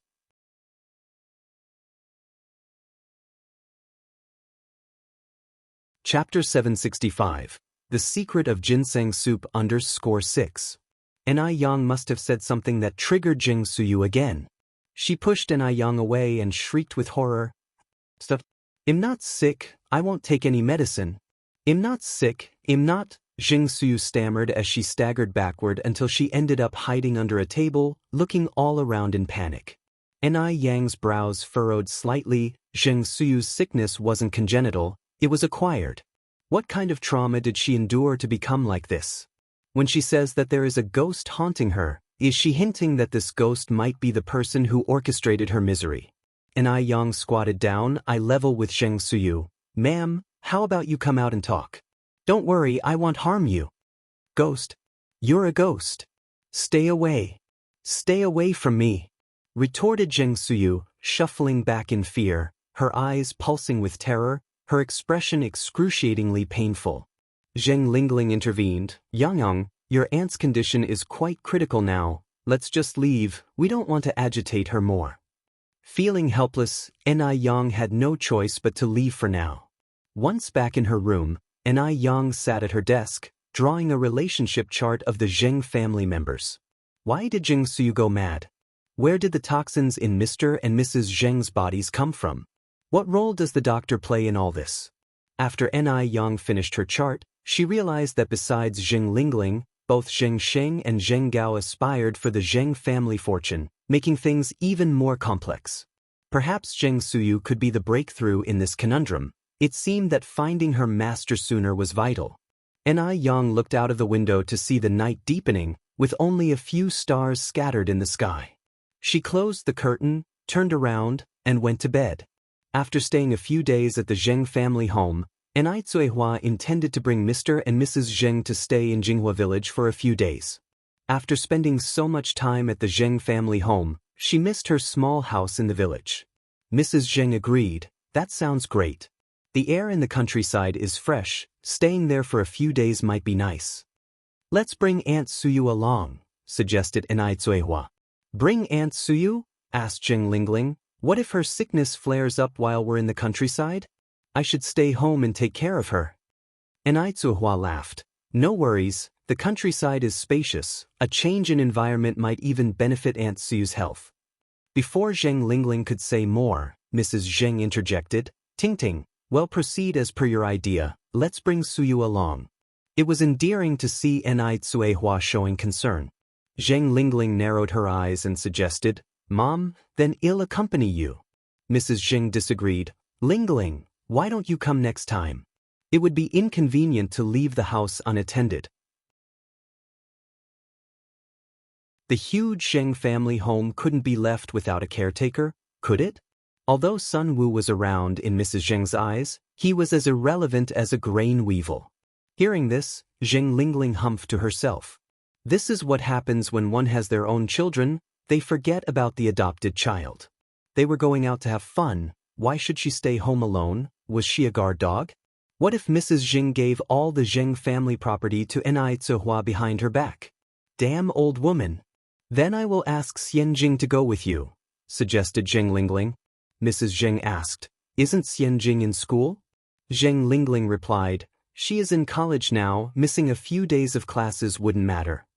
Mrs. Zheng disagreed, slightly frowning. That doesn't sound right. A student should focus on their studies. How can she arbitrarily skip classes? She needs to set the proper example as a student. Upon hearing this, frustration welled up inside Zheng Lingling. No matter how you look at it, they just didn't want her to come along. Zheng Lingling continued, Mom, you're right. A student should prioritize their studies. I didn't consider it thoroughly. Mrs. Zheng nodded. Lingling, the fact you understand the importance of your studies is enough. Please take care of things while we're gone. We won't be long. When the villagers of Jinghua village found out that Zuehua had found her long-lost parents and family, they were extremely happy. As soon as they arrived at the village outskirts, loud firecrackers could be heard, a jovial village celebration. Firing the crackers was a way to celebrate and express their joy. Congrats, Yang mom. Congrats. Congrats. I always wondered why Yang mom is so pretty. Turns out she's a lady of a grand family. Touched, Zuehua replied, Thanks, everyone. Tonight, come by my place for dinner, let's enjoy the evening together. It was too late to prepare for lunch, so she decided to invite everyone for dinner instead. Zuehua started preparing for dinner. As she had been staying at the Zheng family residence for several days, her house had run out of provisions. She asked Shangguan Dehui to head to the city to buy some. Dehui, remember to buy lots of meat. Also grab enough alcohol and cigarettes, Zuehua told Shangguan Dehui. Shangguan Dehui nodded, All right, I got it. Meanwhile, elsewhere, Wang Ziki, holding a stack of documents, knocked gently on Master Du's door. Master Du, come in. A voice came from inside after a while. Wang Ziki opened the door to walk in, stopping in front of a beaded curtain. Master Du was behind the curtain. Master Du, I've found the person, declared Wang Ziki. The room fell silent for a moment. Afterward, a skeletal hand parted the beaded curtain. Master Du emerged. Who is it?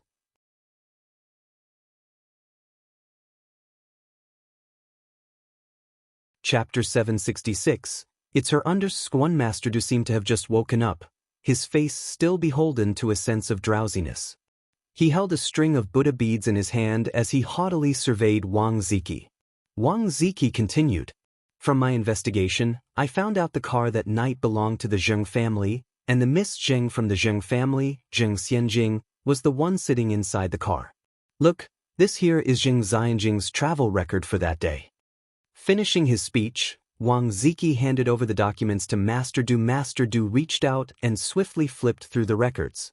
According to the documents, Zheng Xianxia's travel time coincided with the time of the incident that night. And there's this. Wang Ziki passed one more photograph to Master Du. In the darkened background of the photo, a figure wearing a beige coat could be vaguely discerned.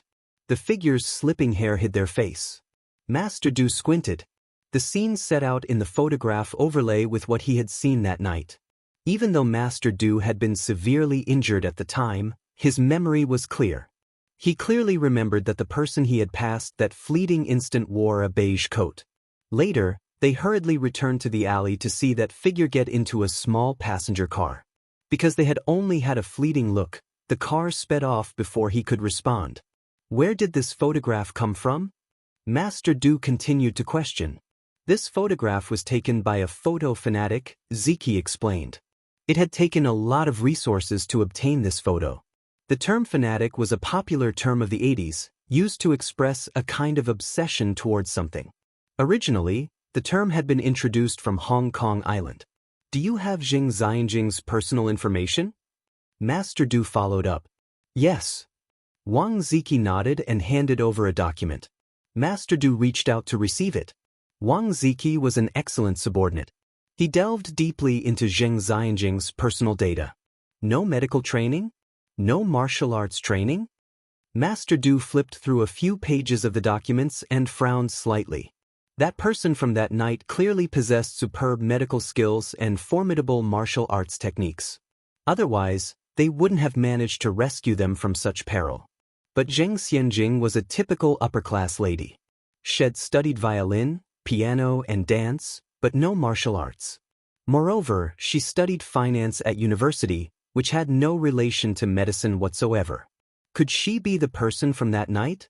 Since she was the one who saved his life, Master Du couldn't draw a conclusion too hastily.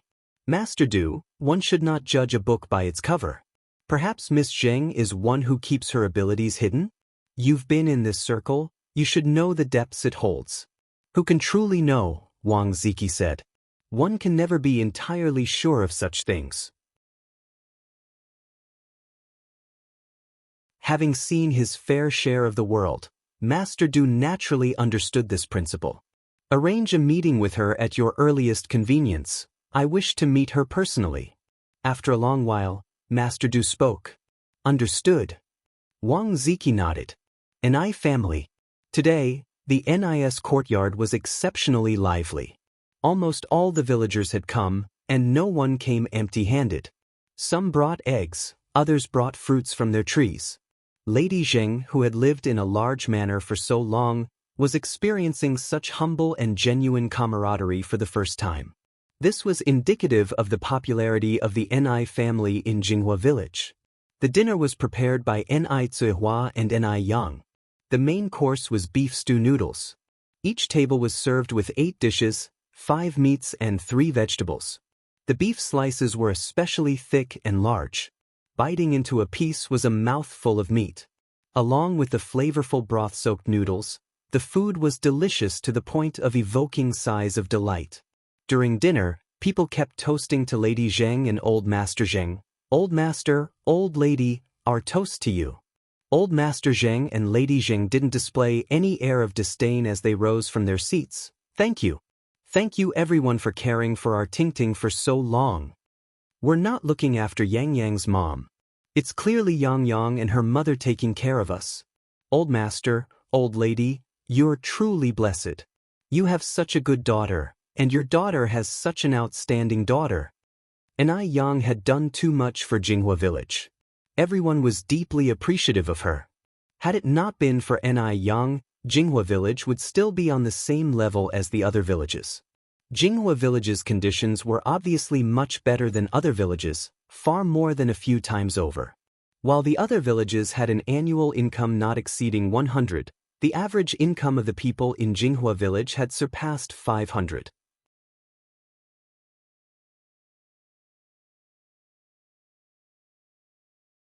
Chapter 767. It's her undersuit. The wide and long cement road alone was enough to make people in other villages envious. After dinner, each family would leave one person to help Anai Zihua clean the kitchen and wash the dishes. With many hands at work, it didn't take long for the small kitchen to be tidied up neatly. Mrs. Zheng sighed. The atmosphere of this village is really great. Mr. Zheng nodded. Yes. It feels like we've gone back many years.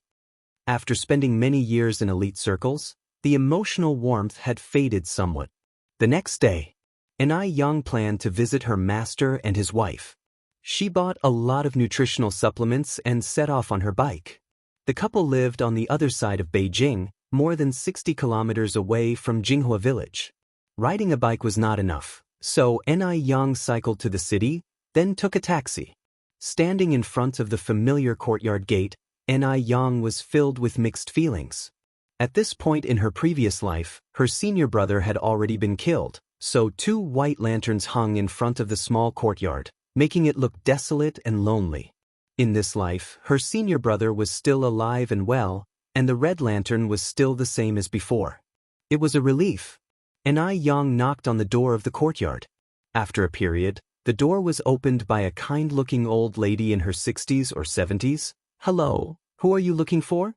This was Wang Zhoushi, her master's wife from her previous life. Coming from a feudal society, the master's wife had no name of her own. After marrying her master, she adopted his surname and combined it with her own to be called Wang Zhoushi. Upon seeing her benefactors from her previous life again, Anai Yang's eyes welled up with tears. Mas? She nearly said, Master, but quickly swallowed it back and asked, Hello, is this Dr. Wang's home? Wang Zhoushi nodded. Yes, come in, young lady. For some unknown reason, even though it was her first time meeting this young lady, Wang Zhoushi felt a very friendly sense of familiarity, as if they had known each other for a long time. The small courtyard was as familiar as ever. Wang Zhoushi led Anai Yang into the living room. Sit here for a moment, young lady, I'll go call someone for you. The master had no hobbies other than cockfighting and drinking. He was probably competing with his old buddies next door right now. After her senior brother's death in the previous life, the master suddenly aged overnight. He stopped cockfighting and drinking. That would be great, thank you. It's not a problem at all, it's the least I could do. You can wait here. Wang Zhoushi walked out. Anai Yang sat in the chair, quietly observing everything in the living room. The living room's furnishings were very simple and clean. Although the master was a divine doctor, his lifestyle was quite modest. Because he never overcharged, and even paid out of his pocket when treating impoverished families. Soon after, Wang Zhoushi clutched a vibrant, glossy feathered rooster and returned with Master Wang. Old Master Wang held the rooster in his arms, grumbling, It's all your fault. Without your interruption, my undefeated general would have won. Wang Zhoushi replied, lost for words, And what if he did win? Can we eat him? Can we spend him? I truly can't understand what's so amusing about this game with roosters. You're no longer young and it's a bit shameful to act like this. Master Wang turned his head away in disdain. A woman's opinion. I can't be bothered to talk to you. I can't be bothered to talk to you either. Even as they bickered, they made their way into the living room. Seeing the couple return, Anai Yang immediately stood up from her chair. Dr. Wang. Master Wang was stunned. He didn't recognize this young lady. Traditional Chinese medicine pays attention to observation, listening, questioning, and pulse taking, and just one glance told him that this young lady did not come to seek treatment. If she was not here for treatment, what was she here for? Ni Yang read Master Wang's confusion and continued, Dr. Wang, my name is Ni Yang, and the both of you can call me Yang. I came here today to express my gratitude. Ni Yang placed a pile of nutritional supplements on the table. Dr. Wang became even more confused. Young lady, are you sure you haven't mistaken me for someone else? Ni Yang was so beautiful that if he really had seen her before, he would have remembered her. It was impossible for him not to have any impression at all. Ni Yang had prepared a line of argument in advance. Dr. Wang, do you remember saving a little girl from drowning 15 years ago? If it weren't for you, I wouldn't even exist now. Throughout his life, Dr. Wang had saved countless people. He vaguely remembered such an incident, but he had forgotten the specifics.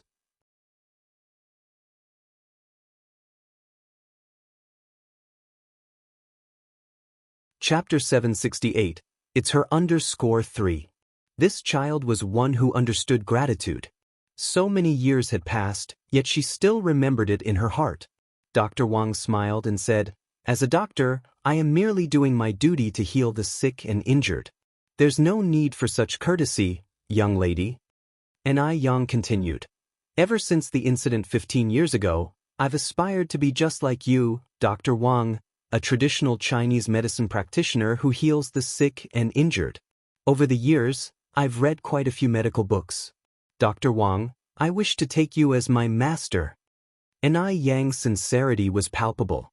The medical skills she possessed were all taught by Dr. Wang. Therefore, it was only right for her to ask to formally become his apprentice. Old Dr. Wang stroked his beard. If you wish to become my apprentice, you must have some real skills. You said you've read medical books, right? The young lady is so beautiful, becoming an apprentice might just be a passing whim. Old Wang didn't take Ni Yang's request to heart. Yes. Ni Yang nodded. Follow me. Old Wang gestured and walked outside. Ni Yang followed his steps. Old Wang took Ni Yang to the courtyard. The courtyard was filled with an abundance of drying herbs, the air wafted with a subtle medicinal scent. Old Wang pointed at these herbs and said, If you can correctly identify all these herbs today, I'll take you as my apprentice. Wang Zhousher tugged at Dr. Wang's sleeve. Old man, aren't you deliberately making things difficult for the young lady? There are so many herbs, even I can't recognize them all. How could she possibly do so? Old Wang continued, If she can't identify them, it means that we don't share a master-apprentice destiny. Wang Zhousher, speechless, retorted, What master-apprentice destiny you speak of? The young lady is so pretty, just her willingness to accept you as a master should make you gleeful. Yet, here you are still flaunting your masterly arrogance. A woman's perspective. While the two were speaking, Ni Yang approached the drying racks and began to identify the herbs. This is chunbojian, purple velvet grass, stemless vine, crow leaf. These herbs have detoxifying properties. This is green ginseng, 5-flavor skin, Shakespeare vine, maple bark, old stork grass. These herbs can eliminate rheumatism and strengthen muscles. Dr. Wang's expression gradually shifted to surprise. He didn't expect Ni Yang to successfully identify all the herbs. In addition, she not only recognized them all, but also understood the properties of the herbs. She was clearly a genius. Wang Zhousher was also taken aback. She spent many years assisting Dr. Wang, and despite routinely drying these herbs herself, she couldn't identify all of them like Ni Yang did. Doctors value talent, and old Wang was no exception. He walked over to Ni Yang. Good, very good. Today, Wang Erge officially accepts you as his apprentice. Throughout his life, he had taken several apprentices, but none of them turned out promising. They couldn't even memorize the names of the herbs, leading them to eventually give up. Ni Yang immediately knelt and kowtowed in respect.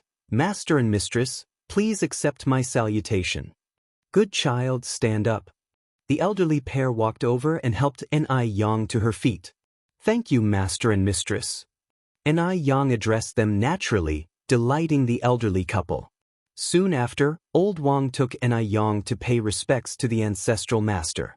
Old Wang's medical skills were passed down from the lineage of Bien Quebec. Hanging on the wall was a portrait of Bien K, below which hung the portrait of a more recent ancestral master. Old Wang handed 3 sticks of incense to Ni Yang. From today onwards, you are the 108th direct disciple of my Xian medical lineage. In the future, you must uphold the medical ethics, maintain integrity in practicing medicine. Live in peace, sleep in peace, bearing no guilt. I will heed your teachings. Ni Yang bowed and placed the incense into the incense burner. Ni Yang was very clever. Many things only had to be explained once by Old Wang, and she would understand. Old Wang was overjoyed. After so many years, he had finally found a disciple with exceptional aptitude. Old Wang was eager to parade Ni Yang around, to let everyone know how gifted his new disciple was. Old Wang stroked his beard, triumphantly saying, "Let's see how Lin Yuan mocks me now." Lin Yuan was Old Wang's senior fellow apprentice and another divine doctor. His medical skills were on par with Old Wang. The only difference was Lin Yuan had an extraordinarily talented apprentice and always boasted about his apprentice to Old Wang. Furthermore, he mocked Old Wang for having no one to inherit his medical skills. Wang Zhoushi laughed, "Look how smug you are." Old Wang took a sip of wine, crossed his legs and stated, "I do have something to be smug about."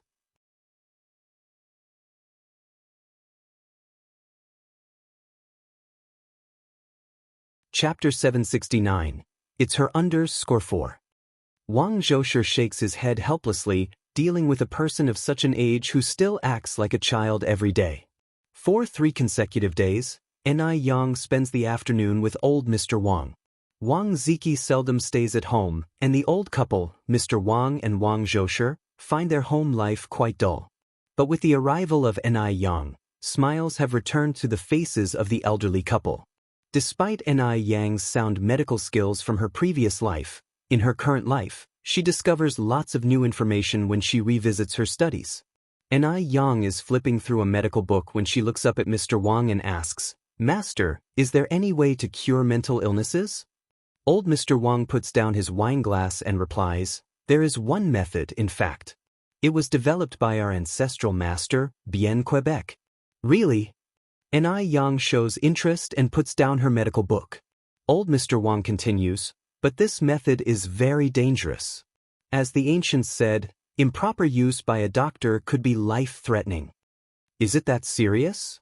Ni Yang frowns slightly. "Then master, do you know how to do it?" "Of course I do. I'm your master, how could I not know?" Old Mr. Wang strokes his beard before continuing. "This method is called the Ghost Gate 13 Needles. According to the Emergency 1000 Gold Essential Recipes, Volume 14, Chapter 5 on Wind Epilepsy, it is mentioned, Bien K said, the needle has 13 holes to treat the illnesses caused by 100 evils. When administering the needles, start with the Ghost Palace, then the Ghost Letter, the Ghost Rampart, and the Ghost Heart.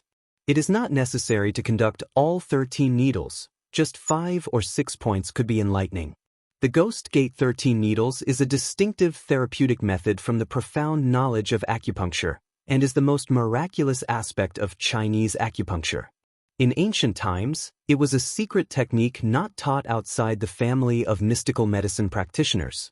It specifically treats various mental disorders, which in modern medical terms include depression, obsessive-compulsive disorder, schizophrenia, and other mental illnesses. This method gathers the essence of various acupuncture methods, utilizes different acupuncture points mechanism, and obtains unique curative effects upon reaching the disease. It holds an important place in the history of world medicine. To this day, medical researchers take the Ghost Gate 13 Needles as one of the important research topics. Old Mr. Wang casually picks up a medical book and hands it to Ni Yang. "You take this book and have a look." Ni Yang takes the medical book. The book is Chinese Medicine, Acupuncture, which contains detailed information about the Ghost Gate 13 Needles.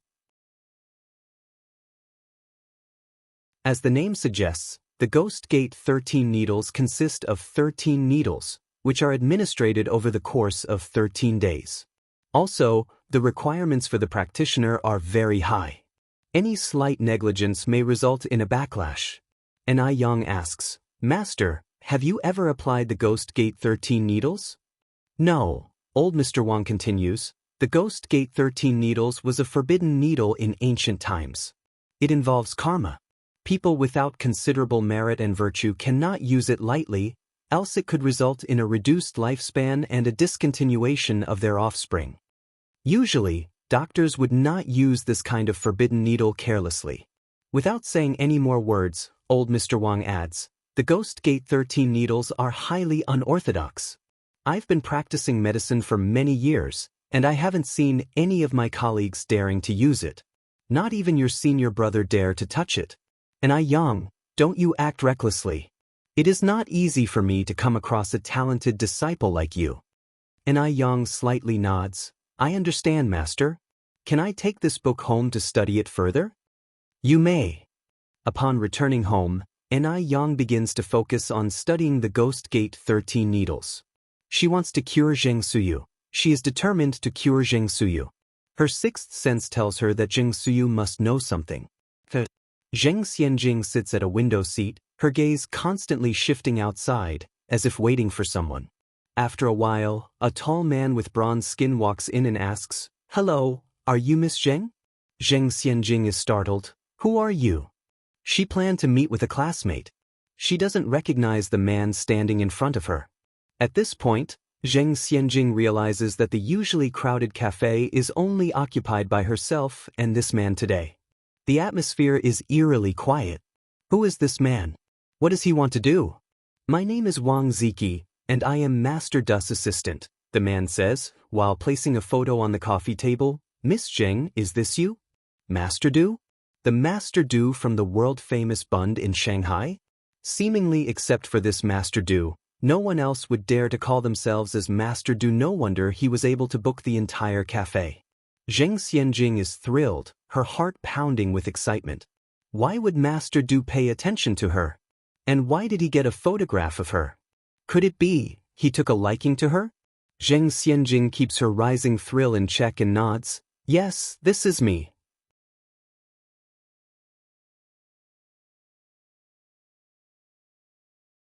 Chapter 770. It's her undergrave.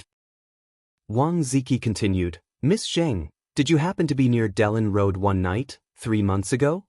A normal person would definitely not remember something from that long ago. But Zheng Xianjing remembered it very clearly. That night, she discovered that Mo Baichuan was with Zhao Jingrong and was severely humiliated by Jingrong. Zheng Xianjing knew that something was definitely off. She narrowed her eyes and proceeded to say, this photo was taken near an alleyway off Delin Road. I was indeed wearing this beige coat that night. By the way, why were you taking pictures of me? Zheng Xianjing picked up the photo, a look of alertness on her face. Wang Ziki sat directly opposite Zheng Xianjing. It seems Miss Zheng remembers what happened that night. What are you trying to say? Zheng Xianjing narrowed her eyes. Did something happen that night? Wang Ziki continued. Miss Zheng, you are our savior. I assure you I won't harm you. A savior? Zheng Xianjing was stupefied, her mind racing. Then it dawned on her, Wang Ziki must have mistaken her for someone else. So, what should she do now? Should she go with the flow or deny it straight away? His name was a prominent one in Shanghai's high society. If she denied it, she would lose a good opportunity to come closer to him. Moreover, a savior. If she became his savior, wouldn't she have all Shanghai at her disposal? If Shanghai was hers, she wouldn't need to worry about her old relatives not giving her the Zheng family's wealth. Even the Zheng family would be proud of her. Finally, she could show them. This was a great opportunity. Of course, Zheng Xianjing could not let it pass. Wang Ziki added, Miss Zheng, do you have any wishes to fulfill? You are his savior now, he would do anything to help you. Zheng Xianjing carefully considered her words, then replied, my initial intention to save someone was not to gain anything. Mr. Wang Ziki, don't you think your actions are very disrespectful? The implication of her words was, had she wanted something in return, she wouldn't have left after saving them. At this point, Zheng Xianjing successfully aligned herself with the role of a savior. Her words had a touch of pride to them. I apologize, That was my mistake, Wang Ziki continued. But one should repay life-saving kindness. Miss Zheng, please give us the opportunity to express our gratitude. As he finished, Wang Ziki took out a box filled with diamonds and jewelry and placed it in front of Zheng Xianjing. Miss Zheng, this is a small token of our gratitude, please accept. Having grown up in an affluent family, Zheng Xianjing immediately recognized the jewelry which came from Wei country. It was once worn by a princess of Wei country in the last century. As expected of him, he was indeed generous. Even though Zheng Xianjing was tempted to take the necklace of considerable value, she decided not to. As the saying goes, favors are easily forgotten. What if after taking the necklace, consider her as someone who is fond of vanity, and ignore her? So, she has to bide her time to catch a bigger fish. She needs to make him remember her favor for a lifetime. Zheng Xianjing picked up her bag, stood up sharply from the chair and coolly said, "No need." She was not one to love vanity. Therefore, she wouldn't accept his gift. Miss Zheng. Wang Ziki followed Zheng Xianjing's steps. In a corner where Wang Ziki couldn't see, a triumphant smile played across Zheng Xianjing's lips. She had never dreamed that one day she would end up being his savior. Wang Ziki signaled a waiter who quietly stuck out a leg. Zheng Xianjing lost her balance and nearly fell. Fortunately, she grabbed the door frame to steady herself. Wang Ziki rushed forward to help her. "Miss Zheng, are you all right?" "I'm fine." Zheng Xianjing shook her head. Wang Ziki continued, "You want to go home? Let me drive you." "No need," Zheng Xianjing straightforwardly rejected. "We have a chauffeur at home. Also, please don't come to see me anymore. Your actions are very troubling. Even if it weren't you and him that night, I would have saved anyone else in your situation. I never intended to gain anything from it."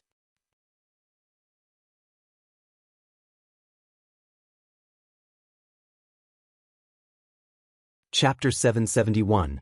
It's her _6. Upon finishing what she had to say, Zheng Xianjing turned around and left. Wang Ziki watched as Zheng Xianjing got into a black sedan before turning and heading into the cafe. As soon as he stepped in, he saw a man clad in a plain long robe, walk out. "It's not her." "What do you mean, it's not her?" Wang Ziki was taken aback.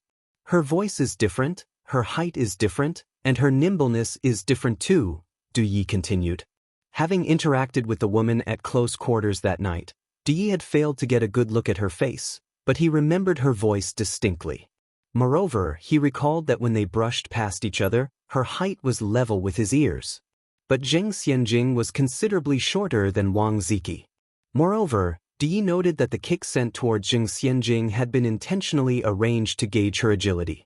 If Zheng Xianjing were indeed remarkably agile, she would not have fallen easily. "Miss Zheng didn't fall earlier," Wang Ziki said. "That's because she held on to the door," Du Yi noted. Wang Ziki fell silent. After a moment's thought, he said, "But she admitted that she was the one there that night." Wang Ziki was a little naive, as he himself didn't lie. He unconsciously assumed that no one else in the world did either. Running his fingers over the Buddha beads, Du Yi said, "Who wouldn't want to attract wealth to the degree that she does?" He had encountered countless women like Zheng Xianjing who tried to evade capture by instigating their pursuers to catch them. He was now used to their antics. Incidentally, he came today hoping to make some progress but left feeling disappointed. Could it be that Miss Zheng wasn't the one we encountered that night? Wang Ziki asked. But the car was from the Zheng family. And who else could it be if not her? Don't the Zhengs have anyone apart from Zheng Xianjing? Du Yi retorted. The Zheng family includes old Mr. Zheng and Mrs. Zheng, who are too old to be the person we're looking for. Also, there are Zheng Lingling and her husband Sun Wu, who were adopted by the Zhengs. However, after our investigation, it seems that Zheng Lingling didn't go out that evening and Sun Wu, a grown man, is certainly not the one. The only possible person is Zheng Xianjing. Moreover, her picture was taken by a fan, so there's nothing left to doubt. It was definitely Zheng Xianjing who saved us. What if this is all a coincidence? Di asked in return. Wang Ziki scratched his head. Are there really so many coincidences in this world? There's no such thing as the perfect story without coincidences, Du Yi mused, running his fingers over the Buddha beads. Identifying his savior was important. Du Yi did not want to mistake her identity mistakenly. This would not only be disrespectful towards the person who saved him, but also irresponsible towards himself. Wang Ziki suddenly seemed to remember something, right? The Zhengs have recently found their biological daughter, Zheng Tingting. She has a daughter herself, who is about the same age as Zheng Xianjing. But the thing is, Zheng Tingting was only recently reunited with the Zhengs, so the timeline doesn't add up. With narrowed eyes, Di fell silent. Finding himself at a loss, he wondered if he might have been mistaken from the start. Perhaps, the person he'd seen when returning was not the one who'd come to his aid. Reflecting on this, Di asked, "That night, when you were supposed to take me to the hospital and had to go back and forth on the way, how much time had passed before you got back to the mouth of the alley?" "About," Wang Ziki thought for a moment, 20 minutes or so. 20 minutes. A lot could happen in 20 minutes. No normal person would linger around a dangerous alley for 20 minutes. Moreover, when Du Yi had come out, he thought he'd seen a bicycle parked in the corner of the alley. But when he came back, the bicycle was missing. "Ziki, when you were helping me out, did you see a bicycle on the side?" Du Yi pressed on. "I don't think so." With Du Yi seriously ill, Wang Ziki had been so anxious that he didn't have the time or disposition to notice anything else. "I saw one," Du Yi remarked, eyes narrowed. "It was a Phoenix brand bicycle." Wang Ziki said, "Du Yi, are you sure you weren't hallucinating? You were severely injured and almost unconscious at the time. How could you possibly observe things so closely?" "I still think the person was Miss Zheng Xianjing." Had it really just been his hallucination? As he leaned back in his chair, Du Yi tapped his fingers on the table. Then, he took something out of his pocket and handed it to Wang Ziki. "Here, give this to Zheng Xianjing." It was a red velvet box that held an exquisite crystal hair clip. Under the light, it glimmered dazzlingly. What a coincidence it was. When he brushed past her, the hair clip she had on fell into his hand. Due to the urgency of the situation, he hadn't had the chance to return it to her then. "All right." Wang Ziki took the velvet box and nodded.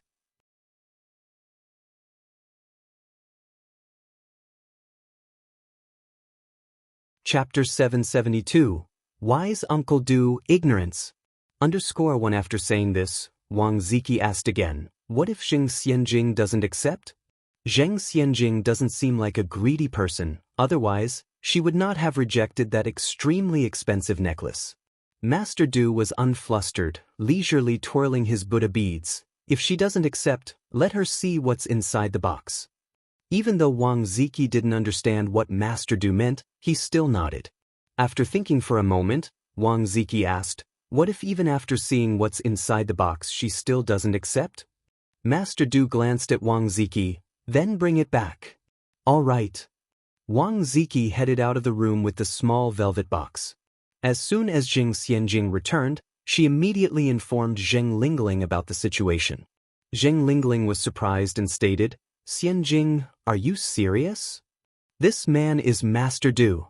Master Du is an influential figure in Shanghai. The Du family is from Shanghai and they are legendary. If Zheng Xianjing can win Master Du over, her future will be bright.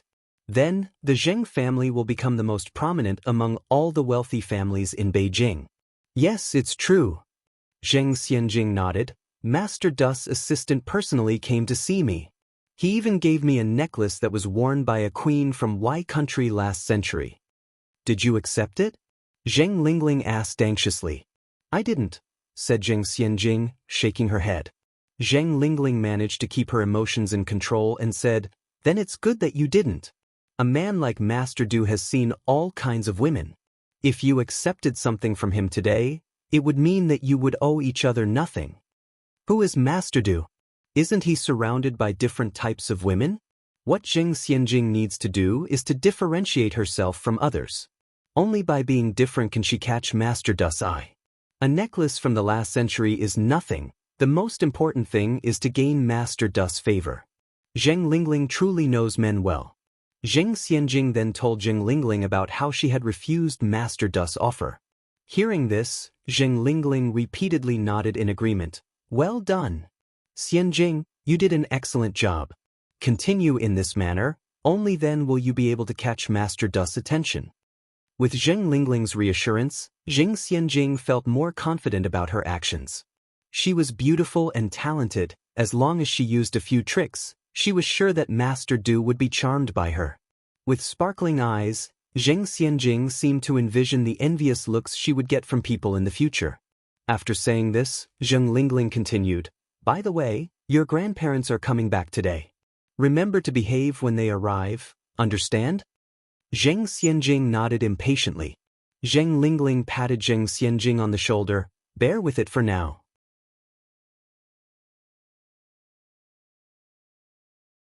Once you have won over Master Du, they will have to fawn over you whether they like it or not.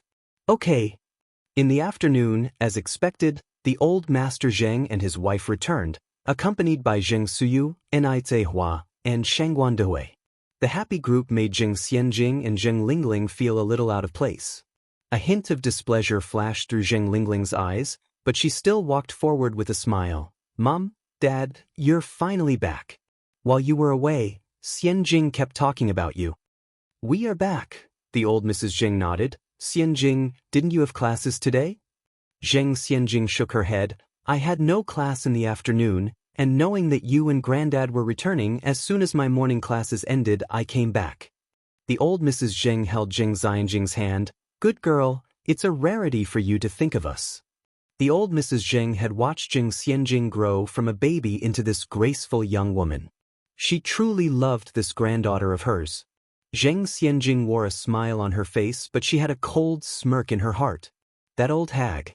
On the face of it, she treated Zheng Xianjing as a favored granddaughter, but behind her back, she planned to divide the Zheng family's wealth among others, which was detestable.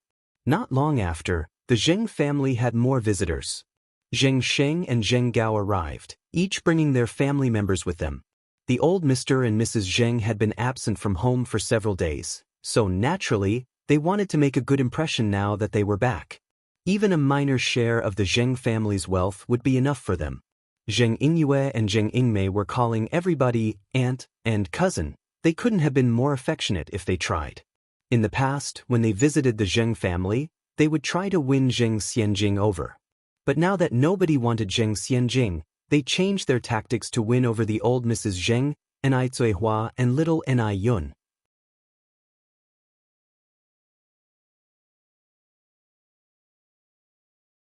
Chapter 773. Wise Uncle Du, Ignorance. _2. Last time at the family reunion, it was clear to them, Enai Hua and Enai Yang were far from being country folks. Now, making them happy was the most important thing. Zheng Xianjing sat there, her face twisted in anger, but she still maintained a polite smile. She wouldn't lower herself to the level of those who lacked discernment. Just then, a servant walked over and said, "Madam, there's someone downstairs looking for Miss Xianjing." "Who is it?" Zheng Xianjing looked up at the servant. "I don't know." The servant shook his head. "Didn't he say who he was?" Zheng Xianjing asked. "No." The servant continued shaking his head. "Don't let him wait outside. It's impolite, Xiao Zhao. Let the guest in," the old Mrs. Zheng said. "Yes, madam." The servant left to get the guest. Soon, the servant returned with a tall man. Zheng Xianjing's eyes brightened, the knots in her heart unraveling. She nudged Zheng Lingling's arm and whispered, "Mom, he's Dus assistant, Wang Ziki." Zheng Lingling gave a soft cough and said in a voice only they could hear, "Good, I understand. You must be careful. Do not act like the vulgar women outside and displease Du." Zheng Xianjing nodded her head. Of course, she knew this. The servant brought Wang Ziki to them. Wang Ziki bent politely and said, "Miss Zheng." Zheng Xianjing replied with a hint of displeasure, "Why have you come again? Didn't I make myself clear this morning?" As the Zheng family always emphasized manners, old Mrs. Zheng scolded with a stern face, "Xianjing, how can you speak to a guest like this?" Wang Ziki immediately said, "Are you the Zheng parents?" "I'm Wang Ziki, Dus assistant." I'm here today to convey Dus gratitude to Miss Zheng. Who? Did old Mrs. Zheng just squint? The Du from Shirley House? The Du from Shirley House was known to be ruthless and sharp. Almost everyone in the circle knew him. Hearing this, Shengguan Dehui also looked at Wang Ziki. He had heard about Dus' feats, but he had not expected to meet Dus' assistant today. Yes, Wang Ziki nodded. 3 months ago, Du was in danger in an alleyway on Dellen Road. Luckily, a woman with heroic spirit rescued him. After investigation, it was found that the woman was Miss Zheng. Du has been wanting to express his gratitude, but Miss Zheng has refused. What? Zheng Xianjing saved Du? She was Dus' life-saving benefactor. Hearing this, everyone looked at Zheng Xianjing in disbelief. Zheng Xianjing just stood there, her face unchanged, but her heart was racing. This Wang Ziki arrived just in time. Those people who didn't want to interact with her earlier must now be regretting it. With that, Wang Ziki turned to Zheng Xianjing and said, Miss Zheng, Du would really like to express his gratitude. By the way, this is a gift from Du, please accept it. Wang Ziki spoke while opening a red velvet box as per Dus' orders. In the velvet box was a dazzling crystal hairpin with delicate tassels. It looked stunning. This was a gift from Du. It must be worth a lot. Zheng Yingyue and Zheng Yingmei looked on in envy, their hearts filled with bitterness. They stretched their necks in an attempt to see what was in the box. Most girls liked shiny jewelry. Unfortunately, she was not an ordinary girl. Zheng Xianjing looked at the hairpin and then calmly looked away. Take it back. I won't accept this. She refused. Zheng Xianjing actually refused. No one expected Zheng Xianjing to decline Dus' gift. Zheng Yingyue was looking with regret in her eyes, wishing she could rush forward and accept the gift on Zheng Xianjing's behalf. Miss Zheng, this is a token of Dus' gratitude, said Wang Ziki. Zheng Lingling chimed in. Sir, Xianjing has already made herself clear. Please kindly take your gift and leave. Wang Ziki looked troubled. Please leave, Zheng Xianjing continued, and do not come again.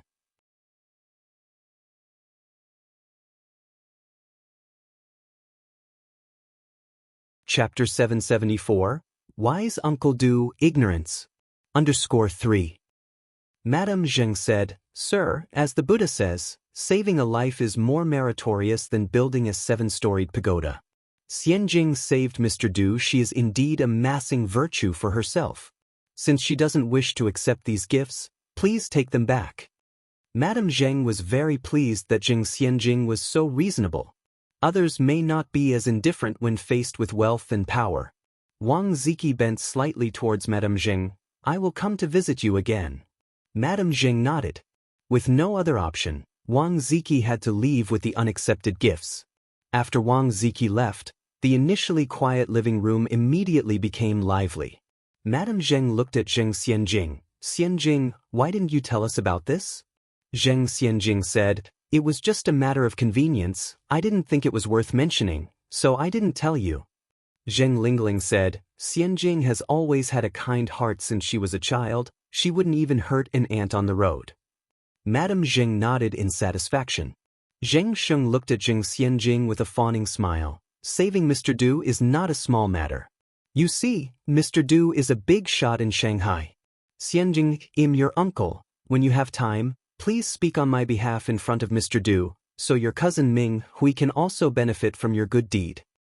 Zheng Sheng and his children are all typical snobs. Just a moment ago, they hadn't shown this much enthusiasm. A sarcastic smile formed at the corner of Zheng Xianjing's mouth. Uncle, you joke too much. I don't have the ability to speak on your behalf in front of Mr. Du. Moreover, why would a high-profile person like Mr. Du listen to my ramblings? I'm not joking. How could this be a joke? Zheng Sheng responded. You're the one who saved Mr. Du's life. Zheng Xianjing took a sip of tea and did not say a word. Zheng Gao then added, Dear niece, while you're thinking about your cousin Ming Hui, don't forget your cousin Mingming. A group of shameless people. Zheng Xianjing put her teacup on the table, turned to Zheng Sheng and Zheng Gao, laughed. Isn't it surprising how you uncles suddenly remembered me just now? Even a clay figure has its own temper. Did they really think they could toy with her? An embarrassed look flashed across the faces of Jing Xing and Jing Gao, regretting the fact that they had ignored Jing Xianjing earlier. They had to change the subject. "Sweet niece, there you go joking again." Madame Zheng looked at Jing Xianjing and continued, "Xianjing, it was right of you not to accept Mr. Du's gifts.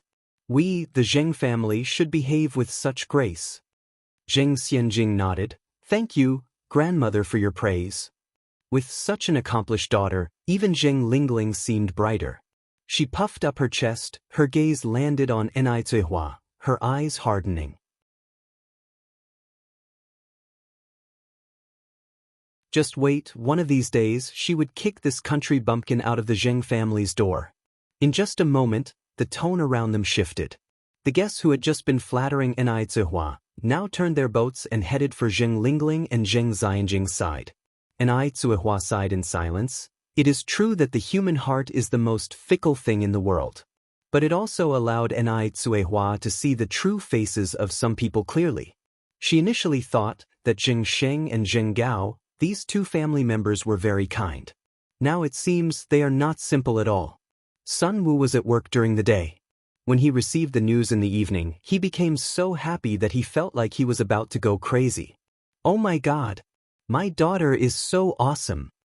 Zheng Lingling said, "What use is it for your daughter to be so awesome? Aren't you still a sure loser?" If only Sun Wu had a bit of talent, ownership of the Zheng Corporation would have long been transferred. She wouldn't have needed to work so hard. "As long as my daughter has the ability, what does it matter if I'm useless?" Sun Wu retorted. "When Mr. Du will also call me his father-in-law, countless people in Beijing and Shanghai will be envious of me." Zheng Lingling nodded in agreement. "You are right about that.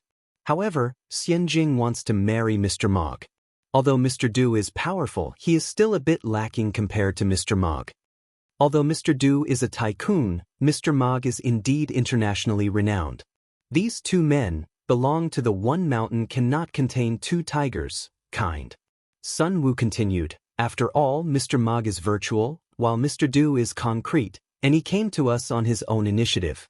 Don't they always say in the old times, to repay someone's life-saving grace, one should promise their body? I think Xianjing should hold on firmly to Mr. Du. Otherwise we'll end up with neither the chicken nor the eggs, and we won't get anything."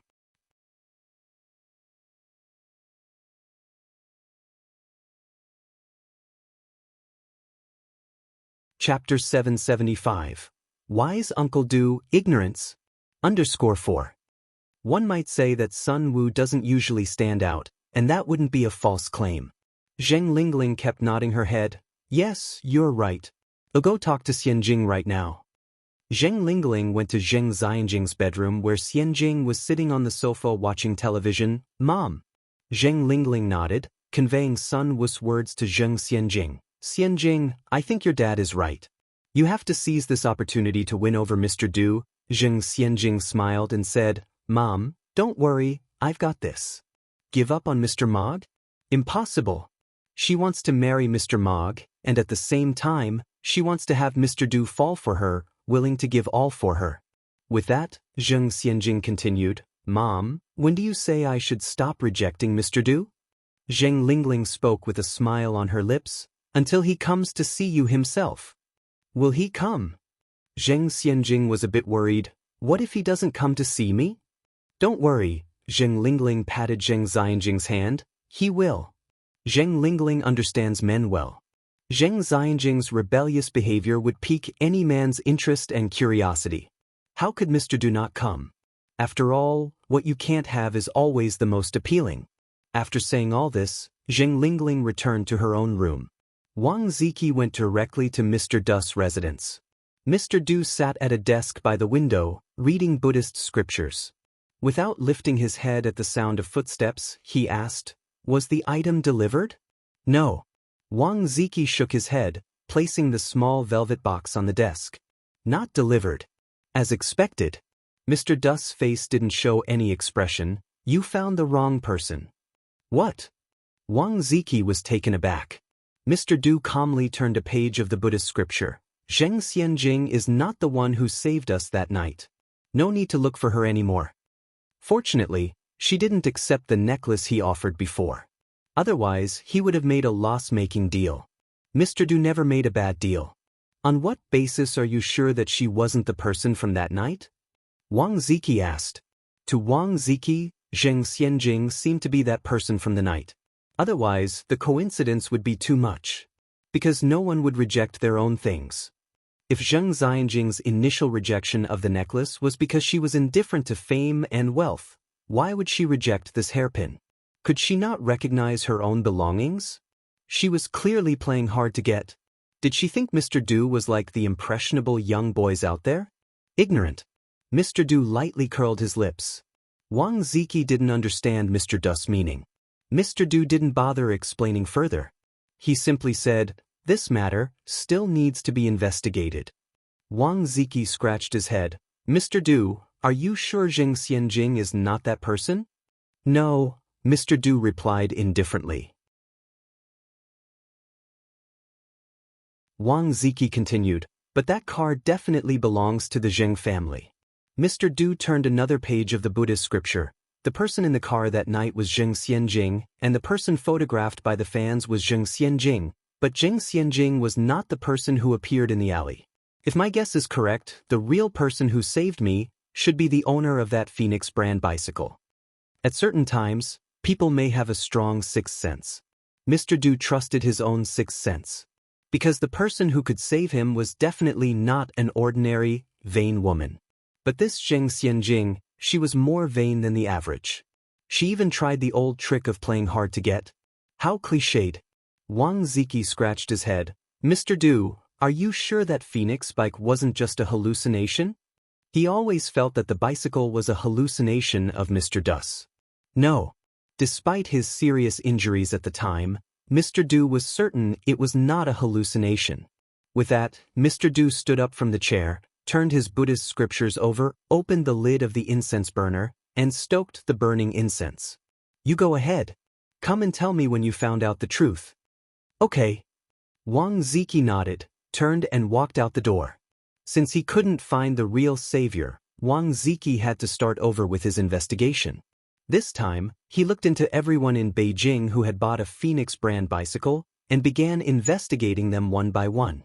Both Zheng Sheng and Zheng Gao were extremely vain. Despite being warned by Mrs. Zheng not to spread around the news about Zheng Xianjing saving people, in less than a day, the whole circle of aristocracy had heard about it.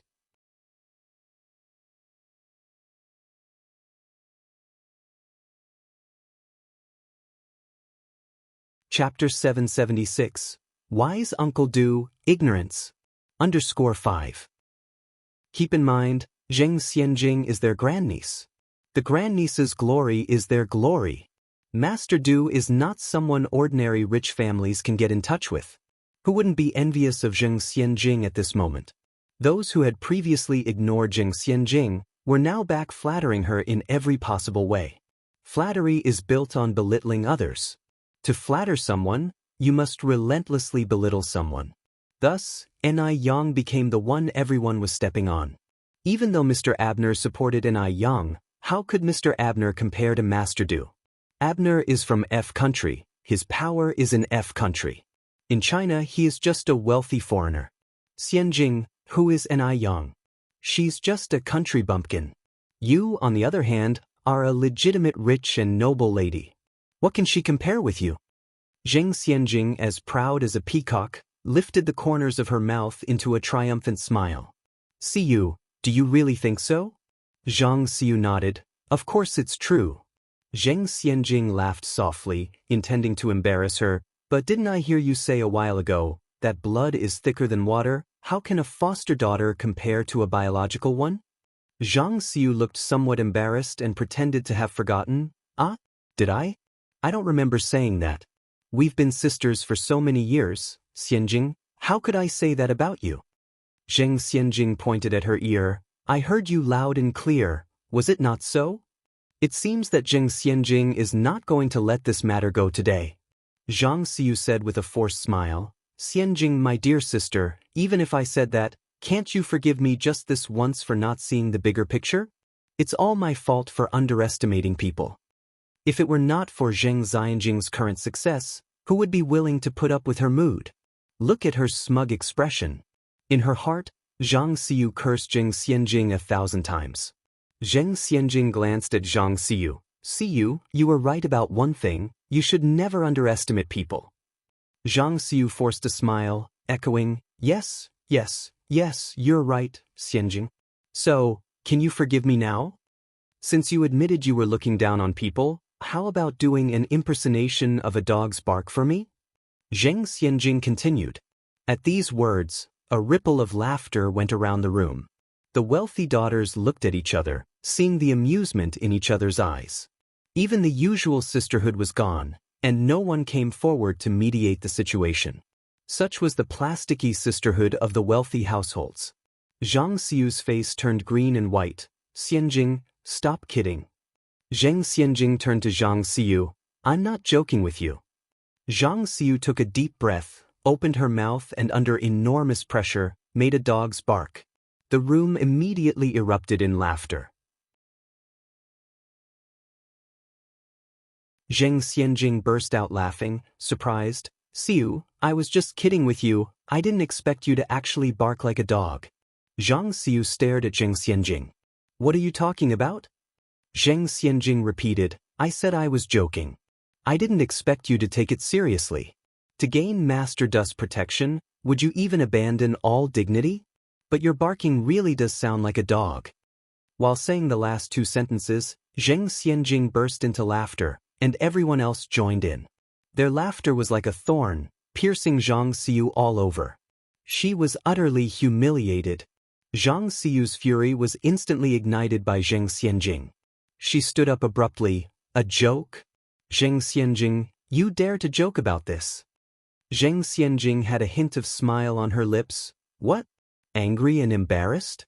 When you were humiliating me, you never thought this day would come. Zhang Xiu was so angry that she was shaking all over. She grabbed her bag and stormed off. Even if Zheng Xianjing never had the intention to forgive her from the start, she shouldn't have toyed with her like this. This was too hateful. Zheng Xianjing didn't care about this matter. A mere Zhang Xiu wasn't worthy of her attention. These days, Zheng Xianjing received many gifts, including jewelry, the supreme skincare products with a radiant glow, and a VIP membership card from a famous boutique. Looking at these precious and luxurious gifts, Zheng Xianjing once again realized the importance of power. You're tuning in to the Wandering Hero YouTube channel. Don't forget to subscribe and join us on this journey to catch the most captivating stories.